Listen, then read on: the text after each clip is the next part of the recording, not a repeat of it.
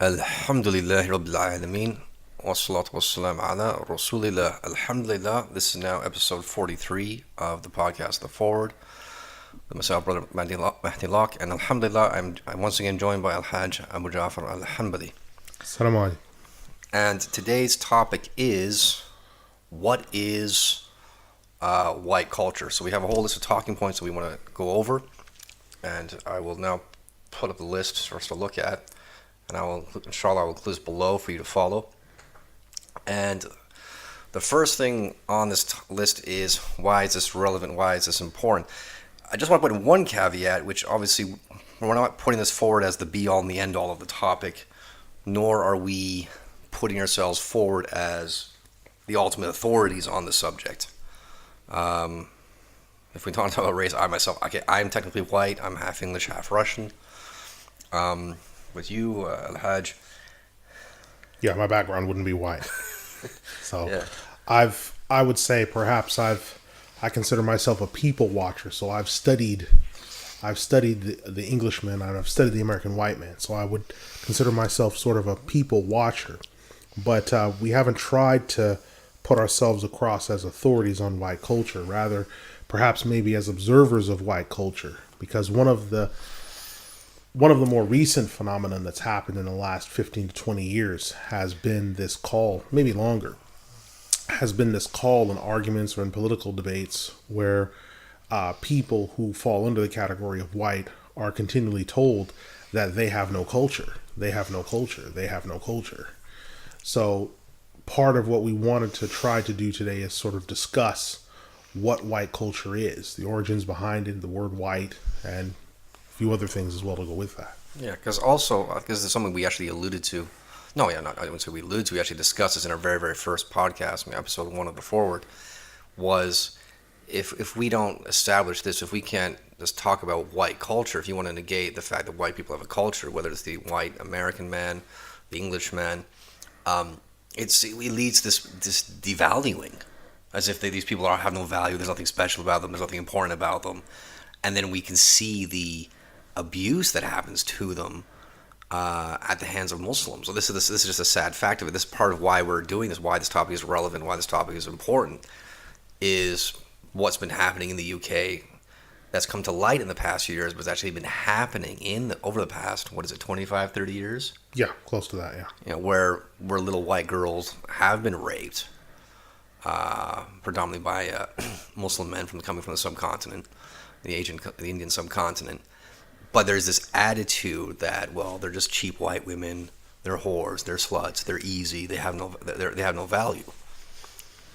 And so our sort of job has been, or our endeavor today is sort of to put across who are these people that are referred to as this, what is the culture, because there's a contradiction by the group of people who are espousing this claim.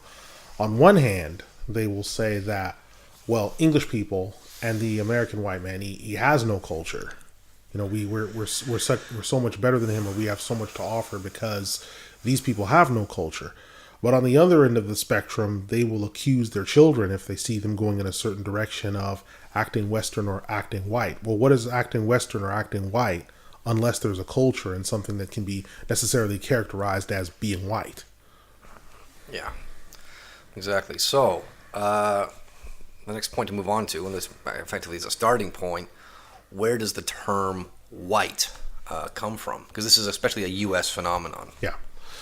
I mean, it starts there. Yeah, if we look at the United States and its history, the idea of a white race comes from May of 1723, in which this expression was first coined. Now, we need to talk about this. Many of the people that left from England to the United States were English. But that identity for them was not sufficient, because the point of founding the United States for its founding fathers was to build a civilization devoid of religion as the base. A civilization devoid of royal families, class, ties, any of the things that were currently in vogue or currently had strength in England. The point was to divest of all these things and create a new identity. And in the course of that, the Englishman left England, and in the course of the struggles and the toils and the pioneering in the United States and living in the savannas and all these other things and along the plains, began to go through a process of metamorphosis in which the ultimate end is he became the white man. And so May of 1723, he coined this term to describe himself as being white. Now, obviously the podcast is dealing with this, so we're not going to go into some of the other dynamics that are connected to this. The main point is that the man that we refer to as the American white man, and more particularly when he refers to himself, he uses the hua with more strength. The man that uses this term came about through toil and struggle and a specific sort of circumstances that produced him. He may have left as English, he may have left as German, but ultimately when the time came, he transformed and became a new being. And that new being had his own culture, had his own language. So the language that's spoken in the United States is not the same as what is spoken in England. He ultimately became an entirely different creature, different culture, different race, different man. So in that case, before we go into the actual culture aspect of this, so legally and historically speaking, who are white people according to all right? what So came about? legally and historically speaking, the white man was referred to. The American white man was referred to as the people that had come and established themselves there, that were free in the law, that were property owners or who had access to property, that had some linkage back to either England or any other place of that nature. These people were historically speaking referred to as white. But the religious aspect was not what was important, because we have to remember they were literally turning the clock back, which is why they called it the New World. They wanted to establish an entirely separate set of principles that were above religion, above statecraft, above monarchy. What were the things that they could establish? And the easiest thing that they could try to establish, which would be what was apparent, which what they all had in common was the skin color, and they characterized this as being white. Now the legal ramifications is, although they came out of the tradition of the Protestant Reformation, they came out of the tradition of the Magna Carta and other things, when they were crafting their legal structure, their legal system, they attempted to create something that was completely different to what had been seen in what they were referring to as the old world.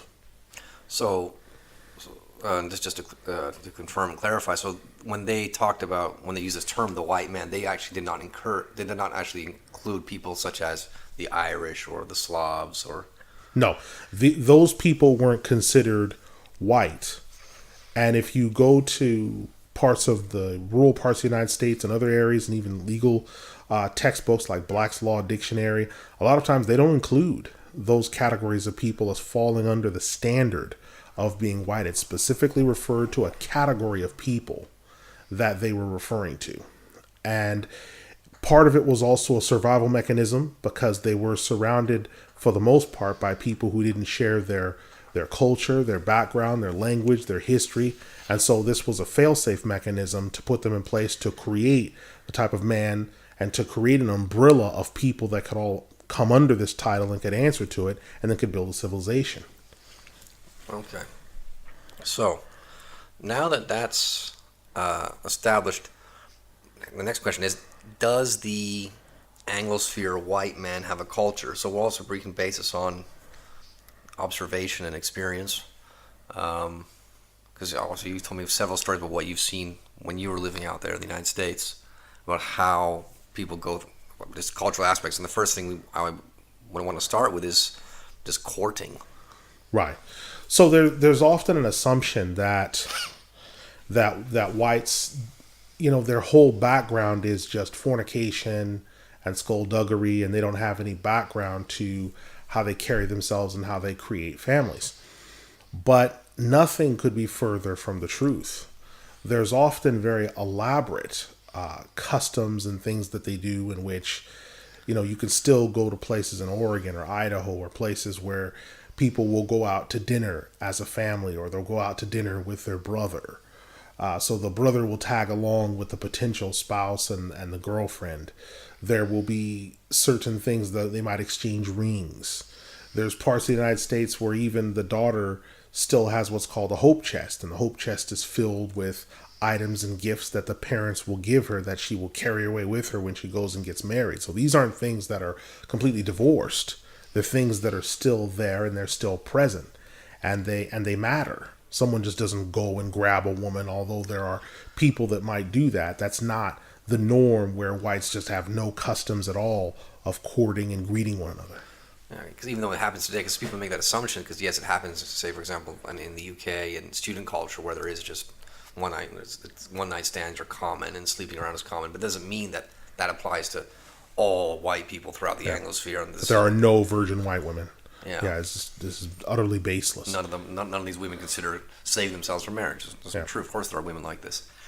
So then, how does this lead to what's the norm then from your observations about marriage and raising children and so forth? Well, often you'll see among whites, when they're looking at marriage, they will look to a potential spouse, where someone will come by the family house. I remember one particular family when I was in Oregon where they came by the house, the potential spouse, and he was introduced into the family. He ate, he sat with them, he gathered around. Sometimes they have board games, that they play, whether it's Monopoly or other things like this. So this person's slowly introduced into the family and examined. He meets the brothers, he meets the father. They ask him these questions. They might engage him in political discussions or other social back and forth. They really try to understand about who this particular person is, what he represents, what his background is, where he's come from, what his long-term goals are in life. And by understanding this, they get sort of a picture of who this particular person is. Yeah, and I've seen the same thing with the English side of my family, like my dad's side of the family. That I remember growing up. I mean, marriage was something that was always talked about. It was just a normal thing. Yeah, and it was even the case. I remember as a kid, when I'm at school, I'm 5-6 years old, and my parents might joke around with me and say, "Oh, did you see a pretty girl in class today?" Yeah. And you say, "Oh yeah, I saw a pretty girl." And they're like, "Why don't you ask her to marry you?" That was a normal thing. It was back just then. a standard. I mean, I'd see people in high school where one of the first things they did is sort of their courting ritual in the run up to marriage. You'd have people that were known as the high school sweethearts. So what would happen is if the boyfriend played a sport, or if he was known for something around town, how you could tell that particular lady was taken and was no longer available is she would wear his jacket. Yeah. And so you had this tiny petite girl wearing this oversized jacket, and it would have like the varsity letter of the man on it. Or if it was the guy that worked in wood shop, you could tell, because obviously the women aren't working in wood shop or working with wood shavings, so she's wearing this big jacket. And it might have his name on the left pocket or something like that. And these would be evidences that you could tell, oh, she's taken. And if you saw her not wearing it and she was distraught or something like that, that would be the proof. Oh, they must be going through a rough patch, or they must have broken up, or something like that. And they call that like going steady. That's it. So what would happen is you'd see them initially. He might ask her to go to the dance, or he might ask her to go out on a date, or he might ask her to have ice cream in the junior high or the high school or what have you. So they do so. Then once they reach a certain level, then they become an item, right? And then once they've become an item, then this process goes, okay, well, now we want to go exclusive. So when they want to go exclusive, okay, well, now we want to go steady, where we're an item and now we're off the market. We're not available for anyone else. No one can interject and ask for his or her hand. And so they start to do so. And you'll see customs where they meet up at the lockers, or he carries her books. So he'll walk her to class, and they'll be walking down the middle of the hall, which will cause other students to have to walk along the sides because they're disrupting the flow of traffic in the hall. So they'll always, be going down the middle of the hall. They might, present rings, or maybe he'll present her with some type of item. So she'll have a jacket, maybe a ring and or necklace, or some evidence or proof.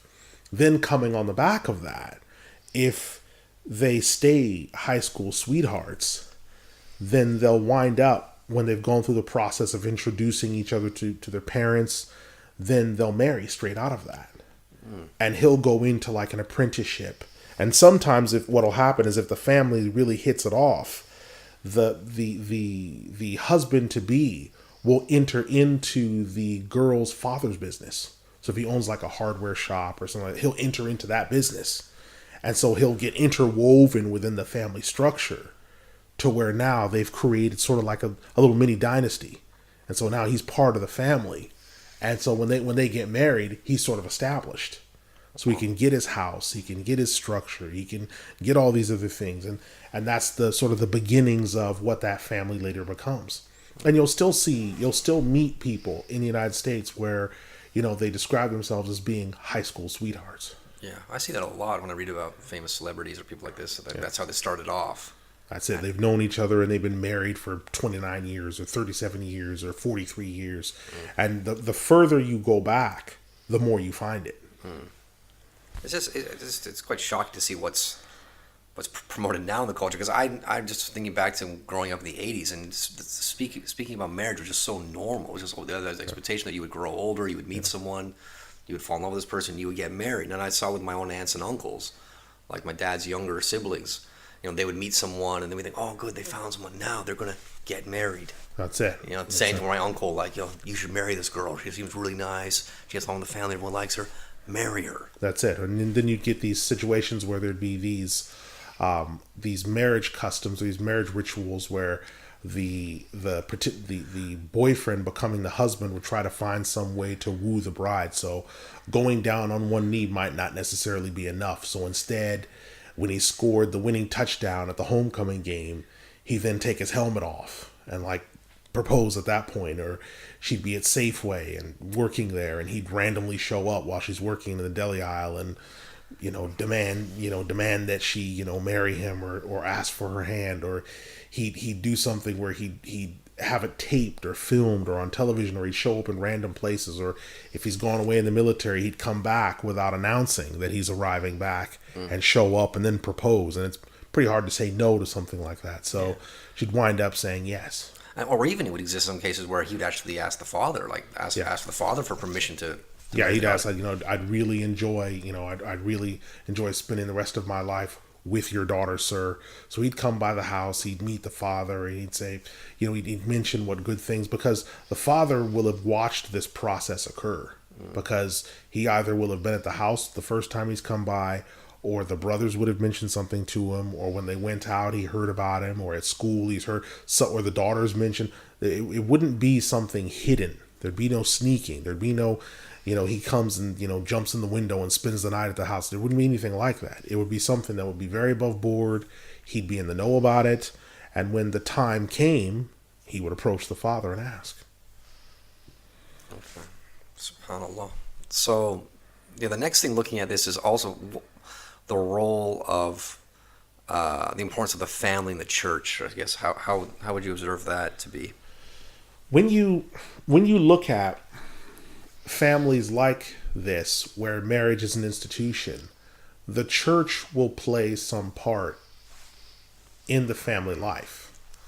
So you'll get married couples or couples who are on the verge where they will wind up going to a local church together. So it may be that they go to a Foursquare or a Lutheran or some type of Baptist incarnation of church, or they'll go there and they'll and then in certain cases they might not meet at high school. Sometimes they're introduced through a church group.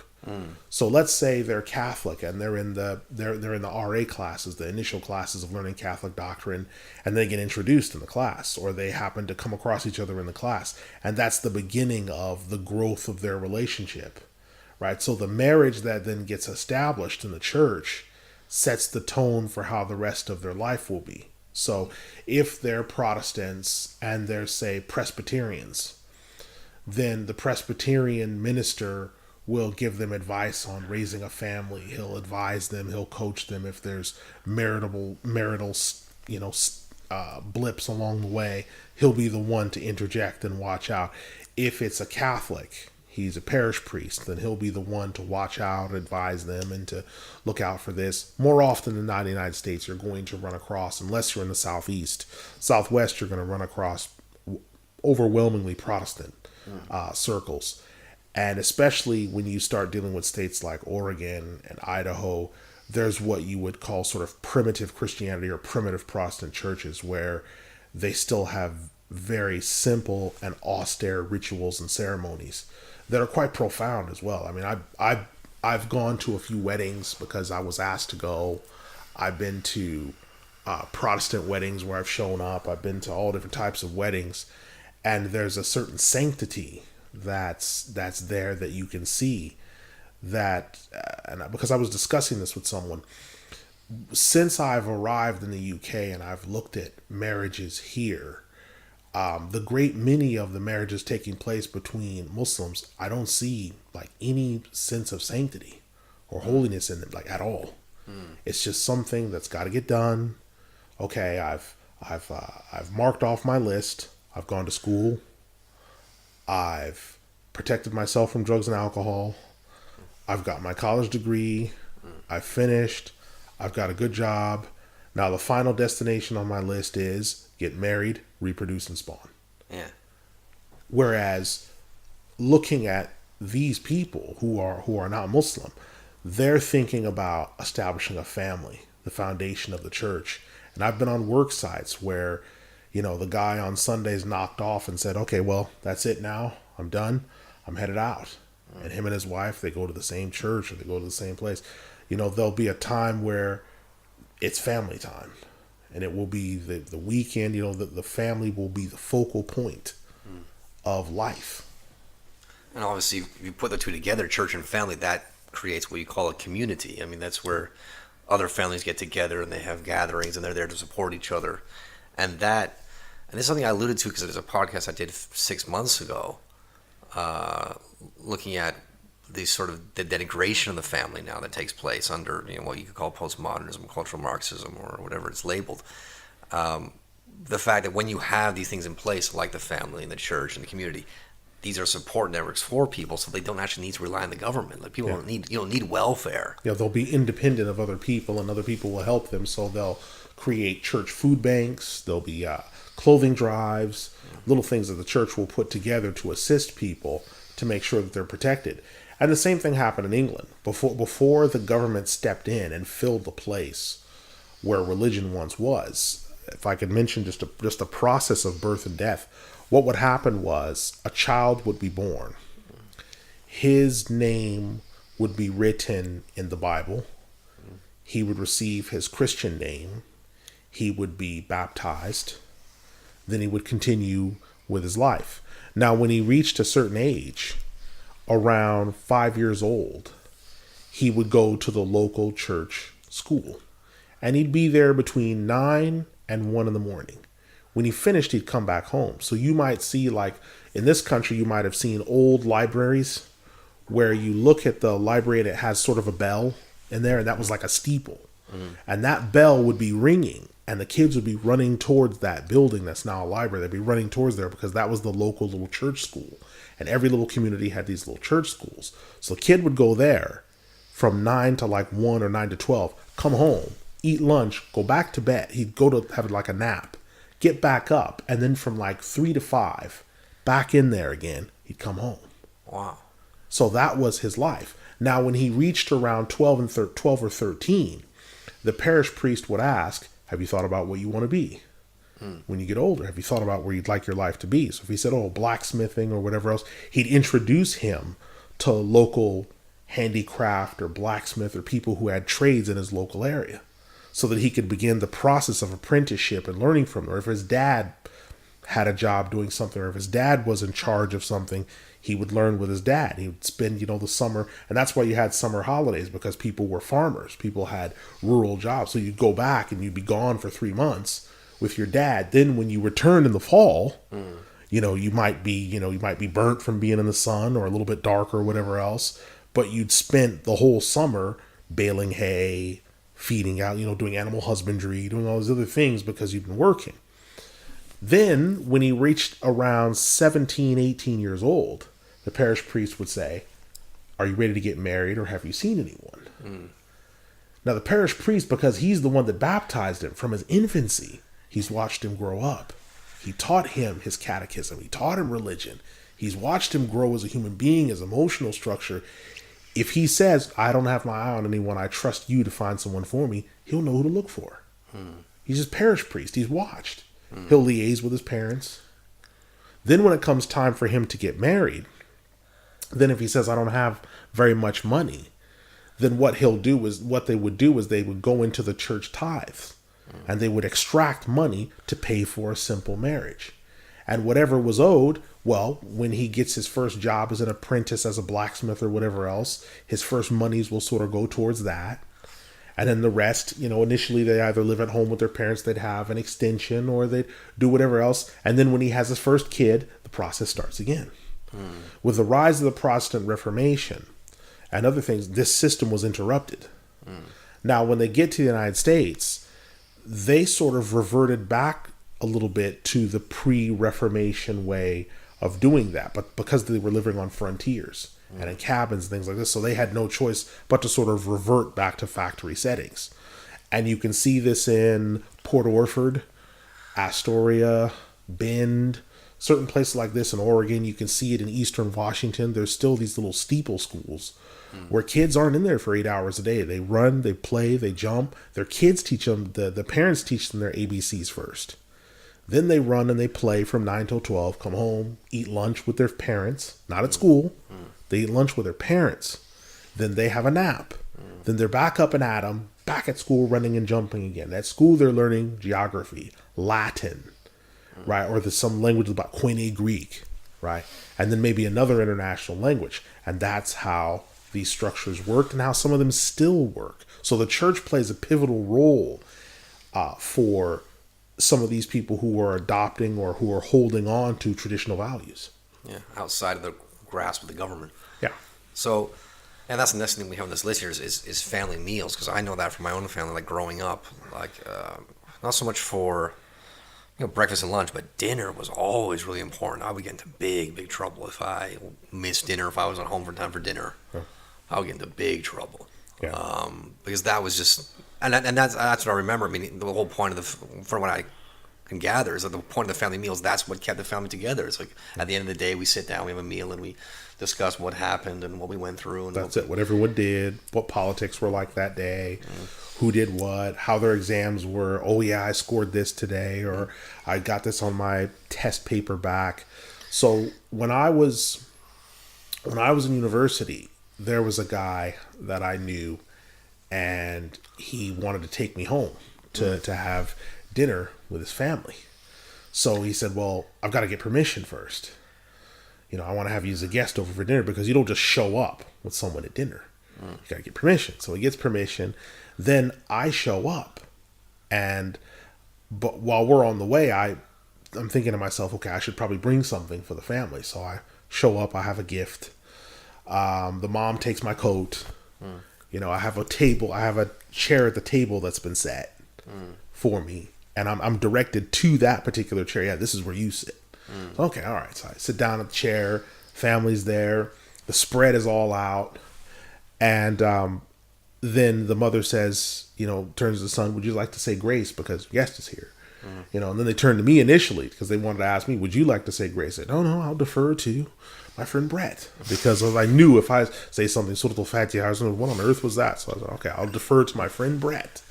So Brett, he says the normal grace, Lord Jesus Christ, we thank you for it. Goes to the whole thing, and gets to the end, and amen. People are holding hands, and then they start dishing out the food. And so they dish out the food, and the one of the sisters is seated next to me, and the brother's sitting next to that little sister, and when they finish their food, may I be excused, please? If one of them needs to go to the bathroom, may I be excused and to go to the bathroom? There's certain etiquettes and customs that were in place that some of us might think are foreign to them, but aren't. We assume that we only have these customs, but people have these little drops of fitra that are here and there. And it's not the situation that, okay, because they're not Muslim, they've just forgotten everything that makes them a decent human being, or they've forgotten everything of their natural state. They don't know who they are. No, it's not as easy as that. Yeah, I remember it's the same thing my family. I remember that with dinner as well. Not only was it about the importance of being there for dinner, but you had to lay the table, you had to have everyone's places set out. then before you eat, there was either you're crossing yourself, or you're saying a prayer. There's something in place, and then again, you don't leave the table without permission. That's it. Even washing dishes, people have been delegated with tasks. That's another thing I saw. It's like one person, and people would sort of had a little system every day. Someone, okay, you're washing dishes, you're drying. People are delegated with tasks. Now, when we finished dinner, then the mother came and said, why don't we get comfortable in the sitting room? So now we're in there, and she disappears. I don't know where she was. It disappears, and now dessert is being served. Right. So now we're having dessert. The television's on, and it's Monday Night Football. Right, so we're watching the sport, and while we're watching, fourth and down or whatever else, politics comes up. So this is an opportunity. So football is, just used as an excuse to commune, to go into politics, to go into religion, because they saw by the way I was dressed and everything else. Okay, well, you're dressed, you look like you came out of the Bible. One of the kids said. So you start to understand where the family's coming from, who they are. So the mother starts asking me about my family. Oh, what do your parents do? Where are your parents from? What does your father do? What is your mother? So, well, my mother for the most part is, a homemaker in the house. Well, oh, that's good. That's very good. They start to get a picture of who you are as a person. And so by the time at the end of that visit, the mother and father are like, well, we're so glad you came. Please come again. The two smaller children come downstairs. Brett's, siblings come downstairs and hug me goodbye. And, that was the beginning of like a visit that I had with Brett's family. So you see these customs being in place, they're sort of universals, that if a family has something there, some form of, some nugget of the revelation left over, they're going to carry it through. Yeah. So I guess at this point it'd be worth asking you from your experiences, and again, I'm actually saying this because I want to smash some stereotypes that a lot of, I think, Muslims in the Anglosphere have. This all clearly wasn't racism, was it? No. People, you're not actually experiencing this racism from these people. These people were actually, their whole thing, if they saw someone that was different or unusual, they were curious. They wanted to know, what is your religion about? Or who are you? Where are you from? What are you about? I had very few issues in that regard. You have to remember, it's like you're going into people's houses and eating off their plates. You're using their cutlery. You're drinking from their glasses. If they really had enmity like that towards you, you would not be allowed in their homes. You wouldn't eat from their plates. You wouldn't have access to their cutlery. You wouldn't be touching their spatula. I was in their kitchen. I used their bathroom to wash my hands. If they felt about you how some people believe all unbelievers feel about Muslims, if that was true, you would not be given that type of unfettered access. And then also, it wasn't just Brett's family; it was several families that you experienced. Several families that I visited. I mean, I went to bakeries in the morning. I would go different places. I was treated very well. So the idea that each and every single one is simply not true, and it's also dangerous, because you start to live in an environment in which you assume that the entire world is at war with you, and the entire world's not necessarily at war with you. There'll be sections of people who might not like you and things that's with everything in life, but you can't assume that the vast majority of the world, because how important are you that white people have to sit and come together collectively and think about you? Why are you important? Yeah. As if white people don't have families and jobs and their own aspirations that they have to sit down and think, how will I get Abu Ja'far today? We have to sit and just think. It's like, no, it just doesn't work like that. People have their own lives, their own families. And when you look at how these people were set up in terms of like the schools they went to, the social engagement that they had, the time they spent with members of their family, the way the children were, you can see that all these things came from investment in their children's lives. The first thing I saw, after someone took my coat, was because Brett used to wear this big, Stetson hat, is he took his hat off. because he was there in front of his parents. He took his hat off, set it somewhere, came in, greeted his mom and dad, took the garbage out, did the things, the normal things that you would expect a son to do. Other houses I'd been in, I remember being once, I was out somewhere, and it was Christmas, and I was headed back to my house, and someone, it's Oregon. yeah, this is in Oregon. Someone recognized me, and this happened in Ellensburg in Washington as well. Someone recognized me and said, "Hey, where are you going?" I said, "Oh, I'm going home." They said, "Oh no, we can't just leave you out there like that. It's Christmas." And so I wound up in a friendly kidnapping in which I was in someone's car on the way to their house. A tree was being tinseled and decorated, and they filled me full of stuffing and pumpkin pie with marshmallows and all the good. They were halal ones, and all the good stuff. And they just because they're like, there's no way you should be by yourself alone. It's not right. We'll take you on. We're talking about towns in Oregon and Idaho and Washington, even parts of Northern California. Even though there's no snow in some of these places, but still, during the Christmas season build-up, you get carolers knocking at your door. And so you'd answer your door, and there'd be 10 or 12 kids outside singing "Sleigh Bells Are Ringing," and the teacher would be there saying, "Merry Christmas and may Jesus Christ be with you in this season," from so and so. I mean, you can't do anything because they're in the middle of a carol. You can't close the door, really. They're just there. No, they're just physically there.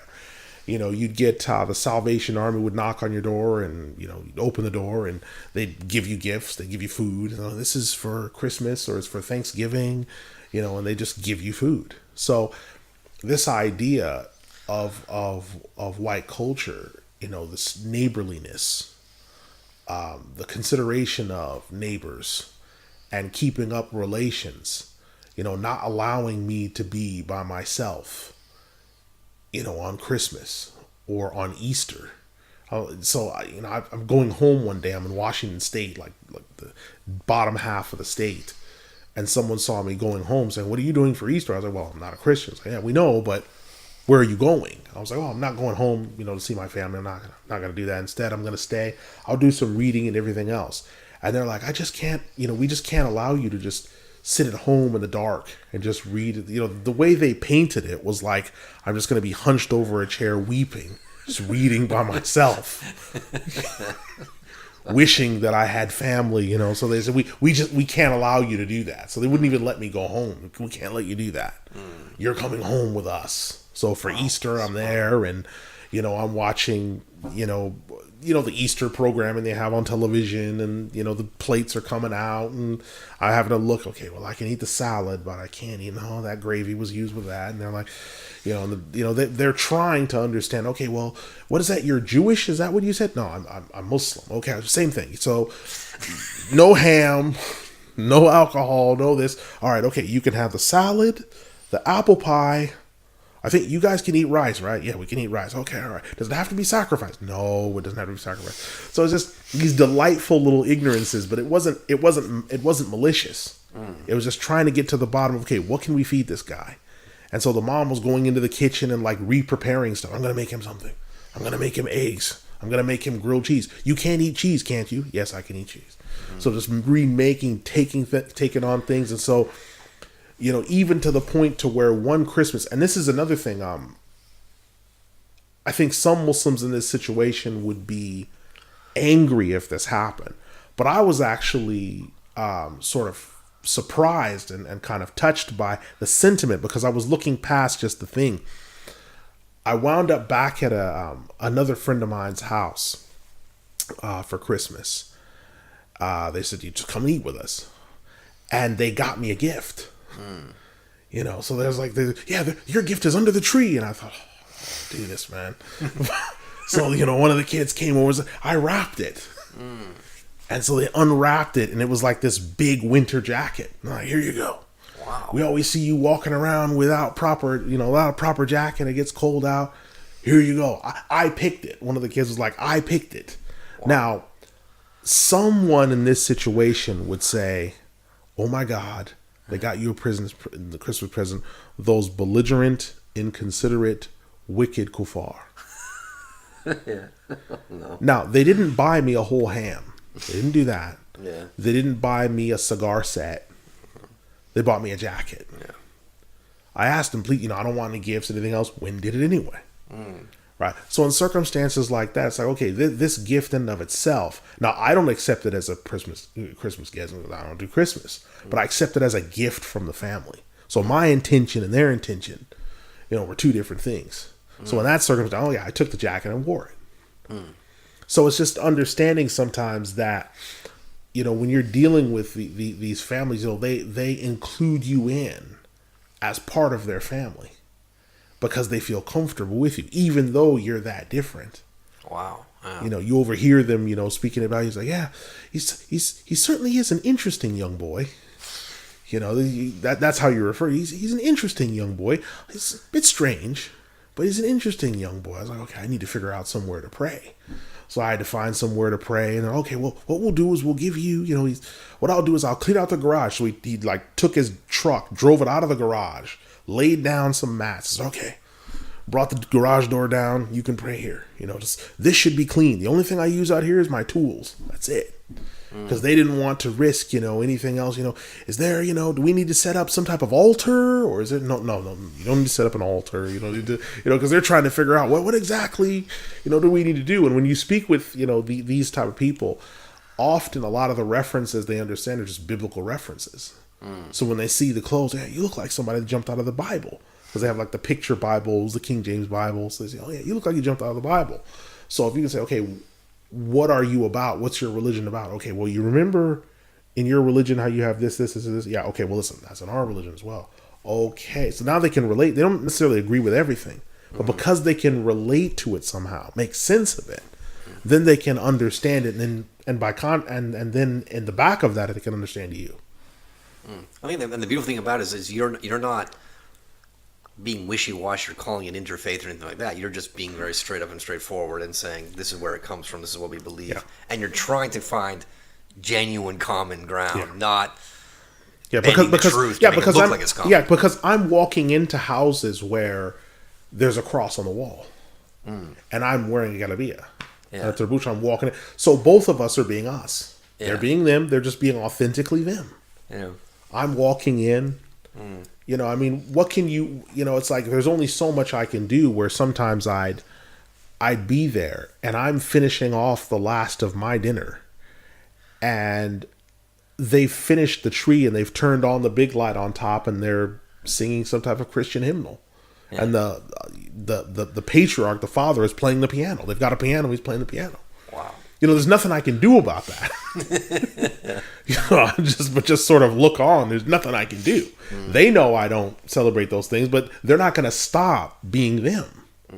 And that's another thing. They're not going to stop having nativity plays or playing Christmas hymnals, or singing Christmas hymnals or doing Christmas carols. They're not going to stop doing that because I'm Muslim and I don't do it. It's not going to happen any more than I'd stop Ramadan. There was a time where Ramadan fell on one of these festivals, and they, were eating dinner and everything else, and I was doing whatever I was doing. And when it came time for me, they ate again.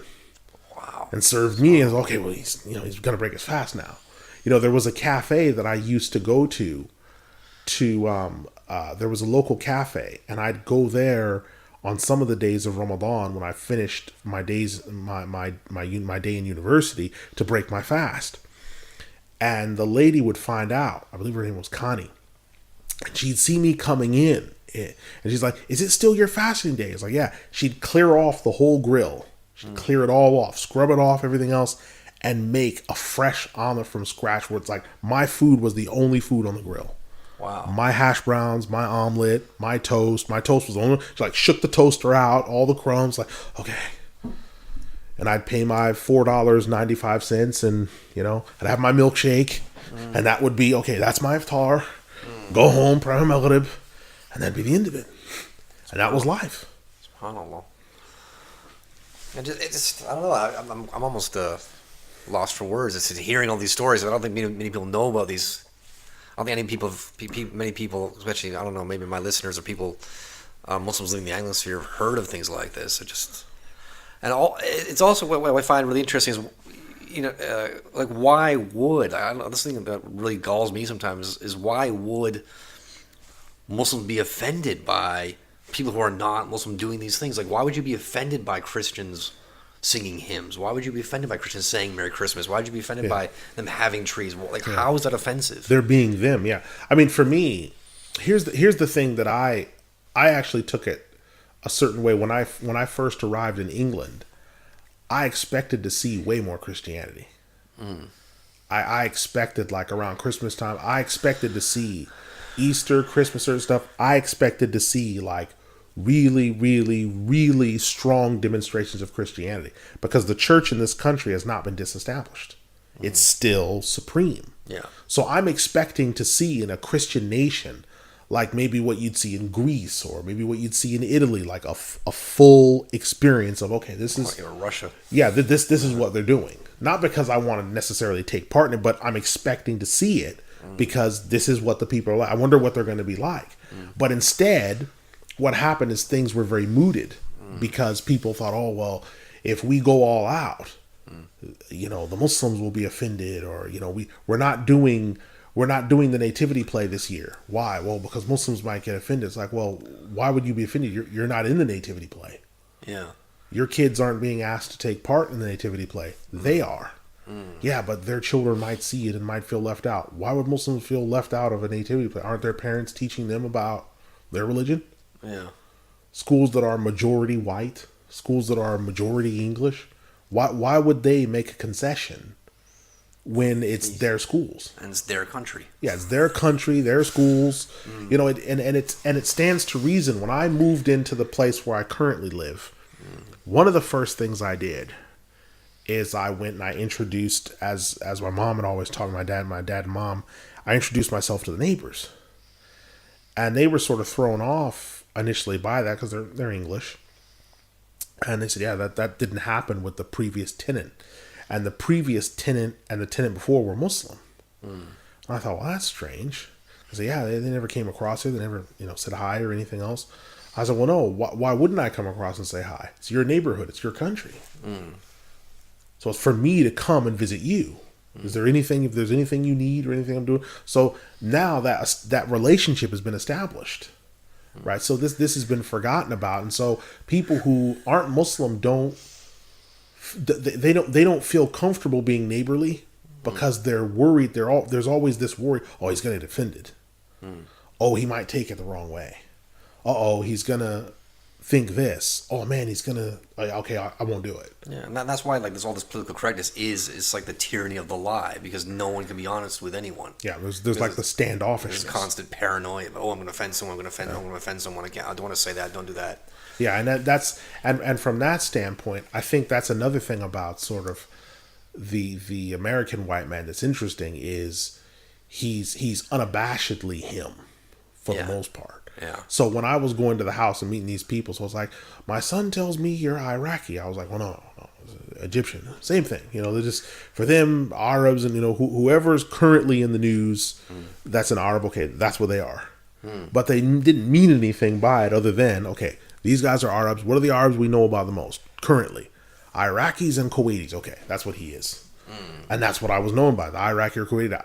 It wouldn't be until I finally finished university that someone's finally, yeah, that guy he's Egyptian.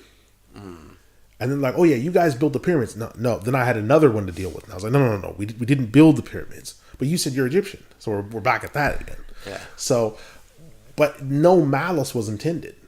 It was always just, okay, this is who these guys are. This is how we should address them. Okay, well, what can you eat? What can we make for you? And they're not, well, why would they ask me if I can have a milkshake? Those idiots, of course I can have a milkshake. They don't know. If you're telling them, I can't eat pork, I can't eat any animal that's been strangled to death, I don't eat any animal that has claws or talons or everything, that's complex to them. Yeah. So they're thinking, okay, well, what can you eat? All right, can you have milkshakes? Can you have strawberries? So if you tell them, okay, listen, I can have all fresh fruit and veg, any fish that you have, and all dairy products. That's not hard to say. Okay, great. Now we know what we can prepare for them. Rather than being awkward and acting strange. It's like they've invited you into their house as an act of kindness for them in a town. I mean, you walk through some of these towns, brother, and it's like on Sunday or during the holidays, there's literally physically no one on the street. Wow. There's physically no one. I was the only guy walking. And they were driving home and saw me like, what are you doing on the street? You should be inside praying or doing some other activities. It's like, no, I'm actually headed home. And that's, when I had the friendly kidnapping, I was grabbed and taken to the house because they're like, you shouldn't even be on the street, because anyone that would be on the street is driving home, headed to church, or headed home after having come from church, and they're going to be, be involving themselves in whatever family activities they have. Wow. So I think we've answered that question of does the Anglosphere White Man have a culture? Yeah. But also, I think the next section we have here on the list is the roots of this all. So I had a section here about the white man's general contributions, and I think we'd start with I'm not to be specific here, the Anglosphere White Man. I mean, talking about literature, I think one of the books that you always refer me to is the King James Bible. The King James Bible. There's a book about it as well that came out. How the King James Bible came to us. And it puts forward, and I agree, the proposition that the King James Bible is the single most important book in English to ever have been produced. Because with the rise of the King James Bible, you had some 72 plus people come together. Now, that's not the only Bible in English that had ever been done. But this endeavor that had been created by King James I, who was James VI of Scotland initially, this Bible that was brought together by King James was to be a coup de grace, because it was supposed to make up for mistakes that previous Bibles had in their translation, and then also doctrinally, it was supposed the language of translation was supposed to have a certain interpretative discipline, so that the doctrines presented therein matched with the doctrines espoused in the Protestant Reformation. So you have sola fide, by faith alone, all what are known as the five solas, faith alone, grace alone, all these other things. So it's like, okay, that needs to somehow be included within the translation, so it's accounted for. So although you're having a translation, you're having a partial sort of you're having sort of a transterpretation, because it's both. Now that Bible is carried out by every, English group that goes anywhere.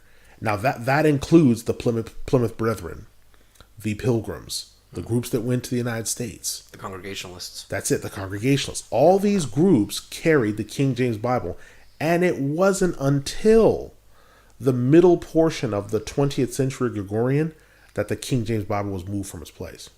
Prior to that time, it was supreme in all Protestant churches. Replaced by the New International Version? New International, and also the Revised Standard Version. And a lot of King James enthusiasts weren't pleased with that.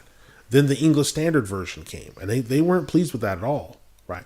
So the King James Bible was the single most important piece of literature. I refer to it just simply for English. Because there's words in there and the use of words in there. I just use it for English because it's such a pristine example of the English language. I just use it for that and that alone. Wow. Yeah, because I had this list here of contributions that we also have. I mean, from the white man's contribution, we have literature, King James Bible, Shakespeare, Shakespeare, which everyone has to study to study English language. Sure. I mean, Shakespeare, who can forget?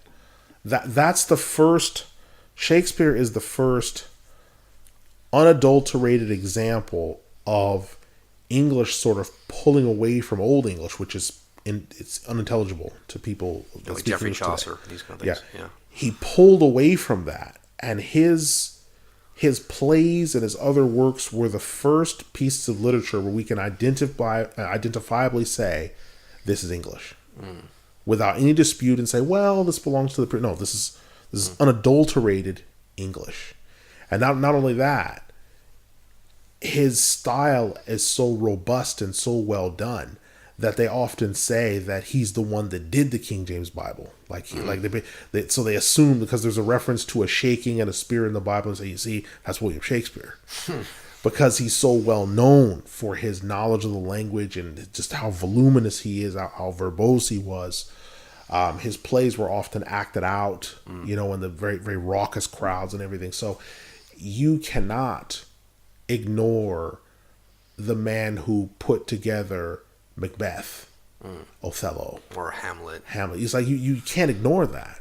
And there's no way to study English without, if you say that you have made an in-depth and systematic study of the English language, and you've not at any one time encountered the King James Bible or Shakespeare, or several of his plays at least, that's it. That's tantamount to someone having studied the Arabic language in depth and have never read the Quran.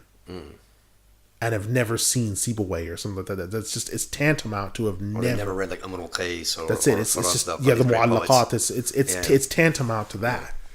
The very epitome, the apex of the language, you've neglected. Yeah. Yet you've studied the language in depth. That's just not possible. That's not possible. Yeah, absolutely. So, also on the issue of language, because I've got here listed literature, theology, science, economics. I've put down Martin Luther here, but also there are lots of these English-speaking theologians. Yes, the Reformation. What makes England stand out on the Reformation is the Anglican Church, and the Anglican Church was sort of this thing to where it wasn't completely Protestant, because the English insist on doing things their own way. It wasn't completely Protestant, and it wasn't completely Catholic. And sometimes it responded based upon the ruler of the time. So if the particular king was Catholic, it would swing towards this deep, like, Catholic incense, children being baptized, all this other stuff. It would swing in that direction. And if the ruler was Protestant, then it would swing in the next direction. Right? So when Martin Luther in Germany began, the most important figure of the Protestant Reformation, the beginner of it, began this process, and then the Reformation makes its way to England. You've got Calvin, who's in Switzerland. Who's in Geneva. You've got Luther, right? So Calvin speaking French, Luther speaking German. Then you've got Knox, who's in England. Wesley, Tyndale. All these huge figures, like, they're all there. Even like, if you look in the U.S. and you look at Protestant Christianity in the U.S.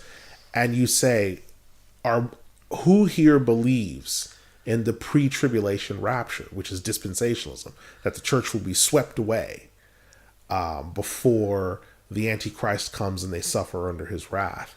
Most churches are pre-tribulation. They're dispensationalist. Where did that come from? Okay, that's from John Nelson Darby. That's here. That's England. Wow. And it's like dispensationalism, that's from here. It's like that was only 100 years ago. And that's everywhere. There are certain churches in the U.S. and certain seminaries, if you do not acknowledge dispensationalism, you can't study there. Wow. If you try to talk about it, if you try to mention like, oh no, I'm actually post-trib. I believe that the church will be taken up after they survive the Antichrist wrath. They won't allow you to, they will unplug your microphone. I mean, those churches are strong. Dispensationalism is strong. So it's like, theology-wise, it's like the Anglosphere, if it wasn't for them, it's like a lot of the things that made the United States were only possible after the Reformation had occurred.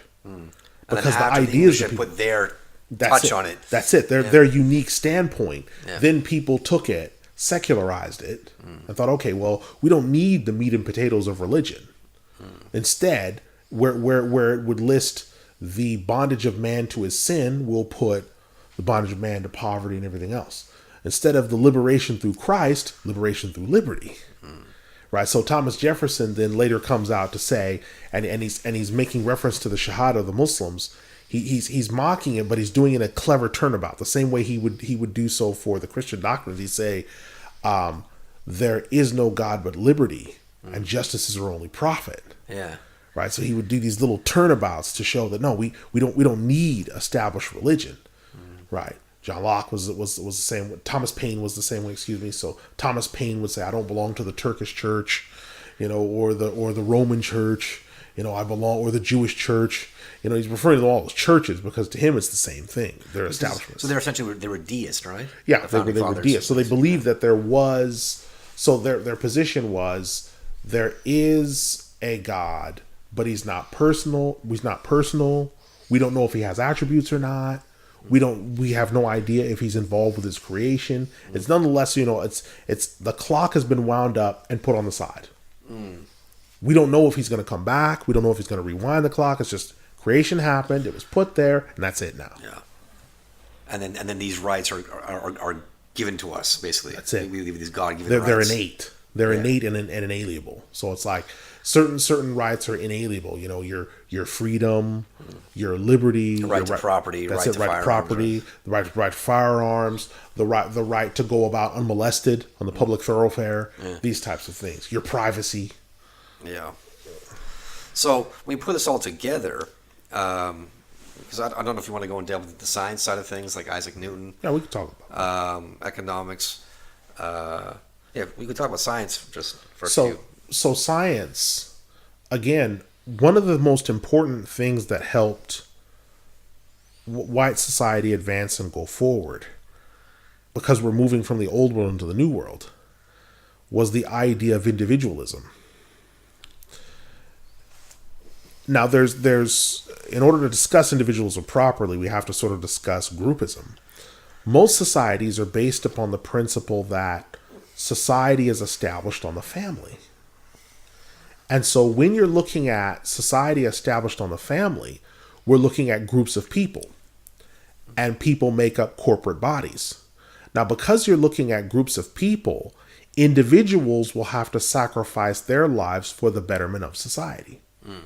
So sometimes there'll be someone who deserves a job or deserves to be in charge, but because of the betterment of society and the necessities that are required, that person may be passed over or removed from his post or not receive that post because that's not what's best for society as a whole. So his individual rights get curtailed, right? And that's the same thing that happens in families. So the older brother or older sister will be saddled with many responsibilities that the younger or the middle one isn't. They worry about the middle child. The younger child is babied or things like this.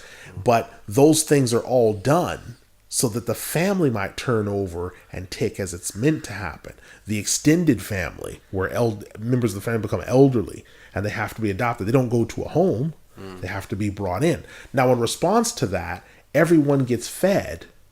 But the wealth that people have in a group-based society or a tribe-based society or a society that's established on the family, the wealth that people have will always be tempered by other factors. Your family needs help. Your brother needs help. Well, let him help himself. No, that's your brother. You help your brother. Okay, all right. I'll put 25,000 in his pocket. I've got to help my brother. Right. So it's always tempered by that. Now, the New World did something different. They said, no, we're establishing society on the individual. So they start out with all men are created equal, meaning each and every one. All men are each and every single one. So now those societies establish their legal system upon the individual. Now, in the process of doing so, the individual will have a fabulous amount of wealth because it's all down to him. So this idea of people pulling themselves up by the bootstraps, establishing their own government, establishing the idea of startup companies and all these other things, none of that was possible unless it's possible by establishing individual things. But can I just ask one thing? So that would be a distinction between, say, an immediate family and maybe an extended family. Yes. When we talk about rugged individualism, that individual, obviously he's going to look after his wife and his kids. Yeah, he'll look after his wife. But he's not necessarily thinking about the wider city he's or not, he's not thinking of it in that way. And he's also not thinking of the structures in that way. So if he's coming out of the medical establishment, he will learn the basic principles of whatever the medical establishment is, the main theories that everyone's agreed upon, but he doesn't see himself as, say, part of this hospital or part of this medical establishment. No, I'm a doctor. So he can venture out and do his own experimentation. Oh, so you're saying he might not see himself as part of a guild necessarily. Yeah, he won't see himself as part of that. I am a blacksmith, but I'm my own man. So that's why you have Johnson and Sons. Whereas before there'd be one set of blacksmiths and they would work together in this sort of co-op. They'd be the same part of the market. That's the same it. Part of the city. Co-op function.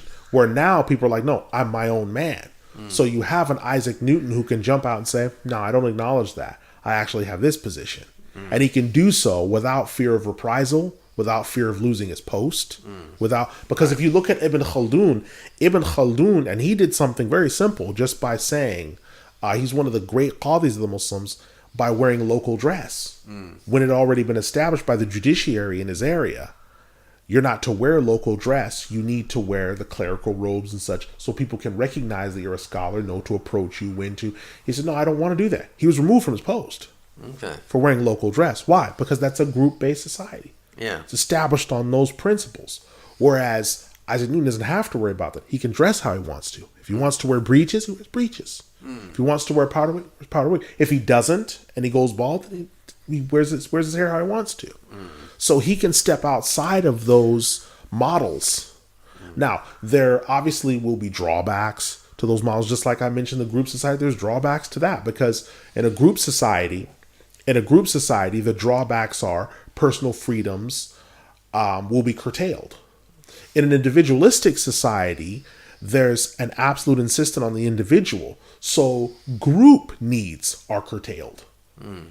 So for the betterment of a group, that's why in the United States you'll get the individual being preferred in terms of freedom of speech versus a group of people being offended. At least that's how it was. Yeah. So a group of people, well, these people are offended by that. Well, freedom of speech protects unpopular speech. Yeah. So it doesn't matter whether they're offended or not. Yeah.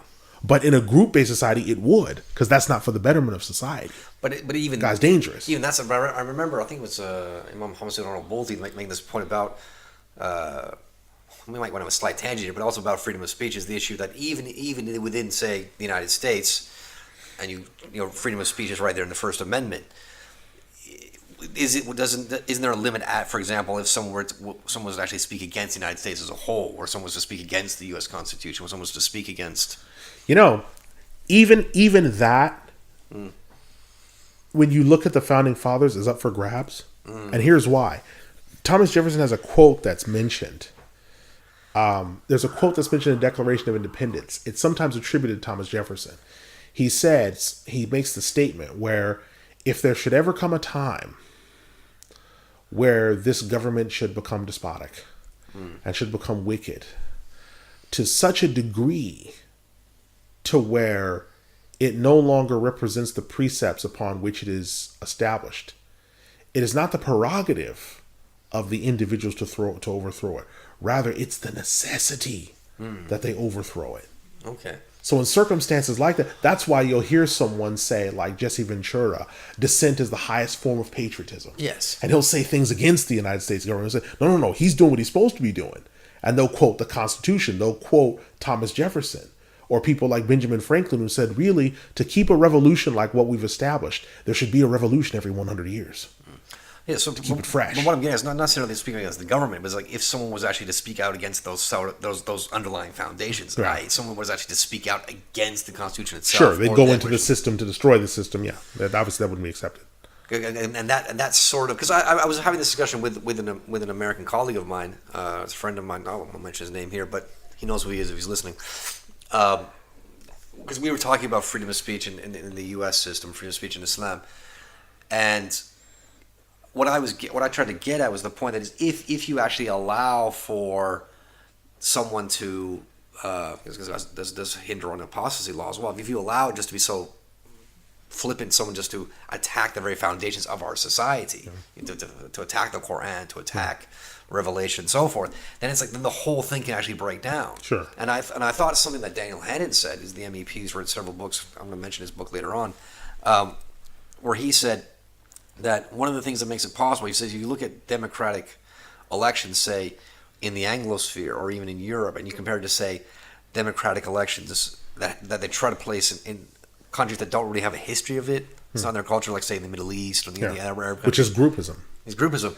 So he said, the way we're supposed to we pride ourselves, say, in the UK or the US, is that if we have an election and one side loses, one side wins, everyone comes together afterwards and says, but it's okay, we're all Americans at the end of the day, or we're all British, or we're all French at the end of the day. Whereas he says, if you took, like, say, Syria as an example, or Lebanon, it's like, no, you got Druze, you got Muslims, you got Shiites, you got all kinds of groups, and they see themselves as that thing first, as opposed to being Syrian or Lebanese or Iraqi or whatever.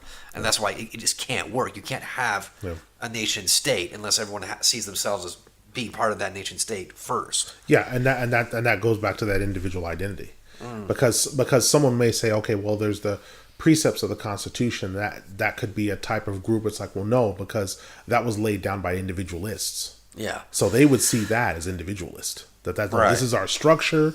So if someone called for that, they're calling for the destruction of individualism, or the end of our structure. So when people burn the flag or do things, they're like, no, we're not against. They would say, we don't believe that going against people who burn the flag, say, hey, you shouldn't do that, is groupism. They're saying, no, that represents the Constitution. That Constitution was laid down by individuals, and that underlines our individual rights. That's why there's 50 individual stars on the flag. They're not all woven together. The stripes on the flag are individual and not woven together. There's, everywhere you look in the United States, the individual rights, right? Even in certain expressions like, the customer is always right, not the customers. Yeah. Customer is always right. Yeah. It's that the individual has certain ranks. The Better Business Bureau in the U.S. is more likely to give the nod to an individual guy going against a company that says, hey, this company's transgressed against its rights, than the actual company. So when what happened when certain companies in the U.S., they did what? They asked to be looked at as individuals. We want to be treated as people, as a person. So this series of companies says we want to be looked at as a person now, because they want that individualism again. Yeah, and that's also, I think, what led into the federal model, which they don't have in the UK and the US, whereas the fact that you have 50 states, and each state has its own government structure. So you as an individual can vote with your feet as to where you want to live. If you don't like the structure in Maine, you can go to Massachusetts. You like Massachusetts, you can go to Connecticut, and even to the point where in the Civil War, there were states that showed up, did municipal training, did munitions training in the run up to the war, and when the vote came, they decided to vote that they weren't going to fight, and they went back to their home. Said, no, we've decided we're not going to do it. What? We're not doing it. Yeah. Okay, the next thing on the list is economics. And I mentioned this, I put Adam Smith as a name down. He's a famous economist from the Anglosphere, from Scotland. There's also people like Keynes and these people that have come out of the UK. But one of the things that Daniel Hannan mentioned in his book, How We Invented Freedom, just a very, what is it, an irony, I would say, is the fact that there's all this ranting and raving now about, in the mainstream media, about how the white man's the devil, the white man's the oppressor, and so on and so forth. But people keep migrating to white countries. People keep migrating. There's this constant flow to white majority countries, and even during the last U.S. election, when you had all these, especially celebrities, and then like some Supreme Court justices like Ginsburg, coming out with stuff like, well, if this Donald Trump Nazi type figure, if he becomes president, we're migrating, we're leaving. It's like, well, and then they list countries where they want to go. It's like, if he becomes president, I'm going to Canada. I'm going to New Zealand. I'm going to Australia. It's like, how come you're not going to Mexico? How come you're not going to the Congo? How come you're not going to Morocco or the Democratic Republic of Congo? Why aren't you going there? Yeah, no one's fleeing to Brazil. No one's fleeing to Pakistan. No one's fleeing to North Korea. Zimbabwe. Everyone wants to go to these other white majority countries. So, and then we talked about this. We've made some inferences to this before, but there's something about again, especially tied to individualism. There's something about the economic system that the English white man has set up that is drawing people towards these places. Part of that goes back to again the individualism. The individualism and the legalizing of usury. Much of what we see in our midst is not possible without the idea, even using words like usury. That's very old world. And the new world is, okay, this is interest. And it's necessary for the free flow of the markets. It's permitted, it's allowed to move forward with this and to use it as leverage. Even sometimes people taking usury and using usury as like a type of currency. Like, okay, I can float this much interest against this. The ingenuity of doing that, old world people wouldn't have thought about, because old world people still had the old world ideas about economics, the old world ideas about interest, the old world ideas about how society should function. What stands out about the United States, and then later England would join this, is the idea of just boiling a society down to its most primitive functions and just building it back up. We're going to start from scratch. We're going to build it fresh. First principles. We're going to just build it fresh and see what happens. And they just took that model. Yeah, because actually, I'd like to hear like a Muslim understanding of this, because I know one of the things Daniel Hannan said in his book, How He Invented Freedom, is he said one of the things about the Anglosphere, and it's just because they all have that same common law background, whether it's the UK, the US, Canada, Australia, New Zealand, is he talked about the sanctity of contract and the fact that it's something about in the Anglosphere, it's like there's an understanding, or whether it's spoken or unspoken, that when you sign a contract for property, for employment, for marriage even, that these contracts will not be violated. And they're binding. So you feel a lot safer setting up a business in the United States than you would, say, setting up a business in Mexico. Yeah. You feel a lot safer setting up a business in the UK than you would about, say, setting up a business in Pakistan. Yeah. Because of the sanctity of the contract. Yeah. And at the same time, which is odd, because I know Daniel Hannan, because he's a big champion of this, what the Anglospheres achieved. And that's why his book is called How He Invented Freedom. But he even, one of his tweets a few years back, is he even made reference to the Messenger of Allah, sallallahu alaihi wasallam, his khutbah al-wida, like his last khutbah, and even where he made that point about the sanctity of contracts. Yeah. Right. So it was one of the things he said. There's like, how can we have something? How can we be so against the Muslims when their prophet said this? Yeah. And it's like, what happened to this? Yeah. Part of what happened is the Muslims. What put the Muslims in the situation regarding contracts is probably three things. The first is trying to really run a two legislation system.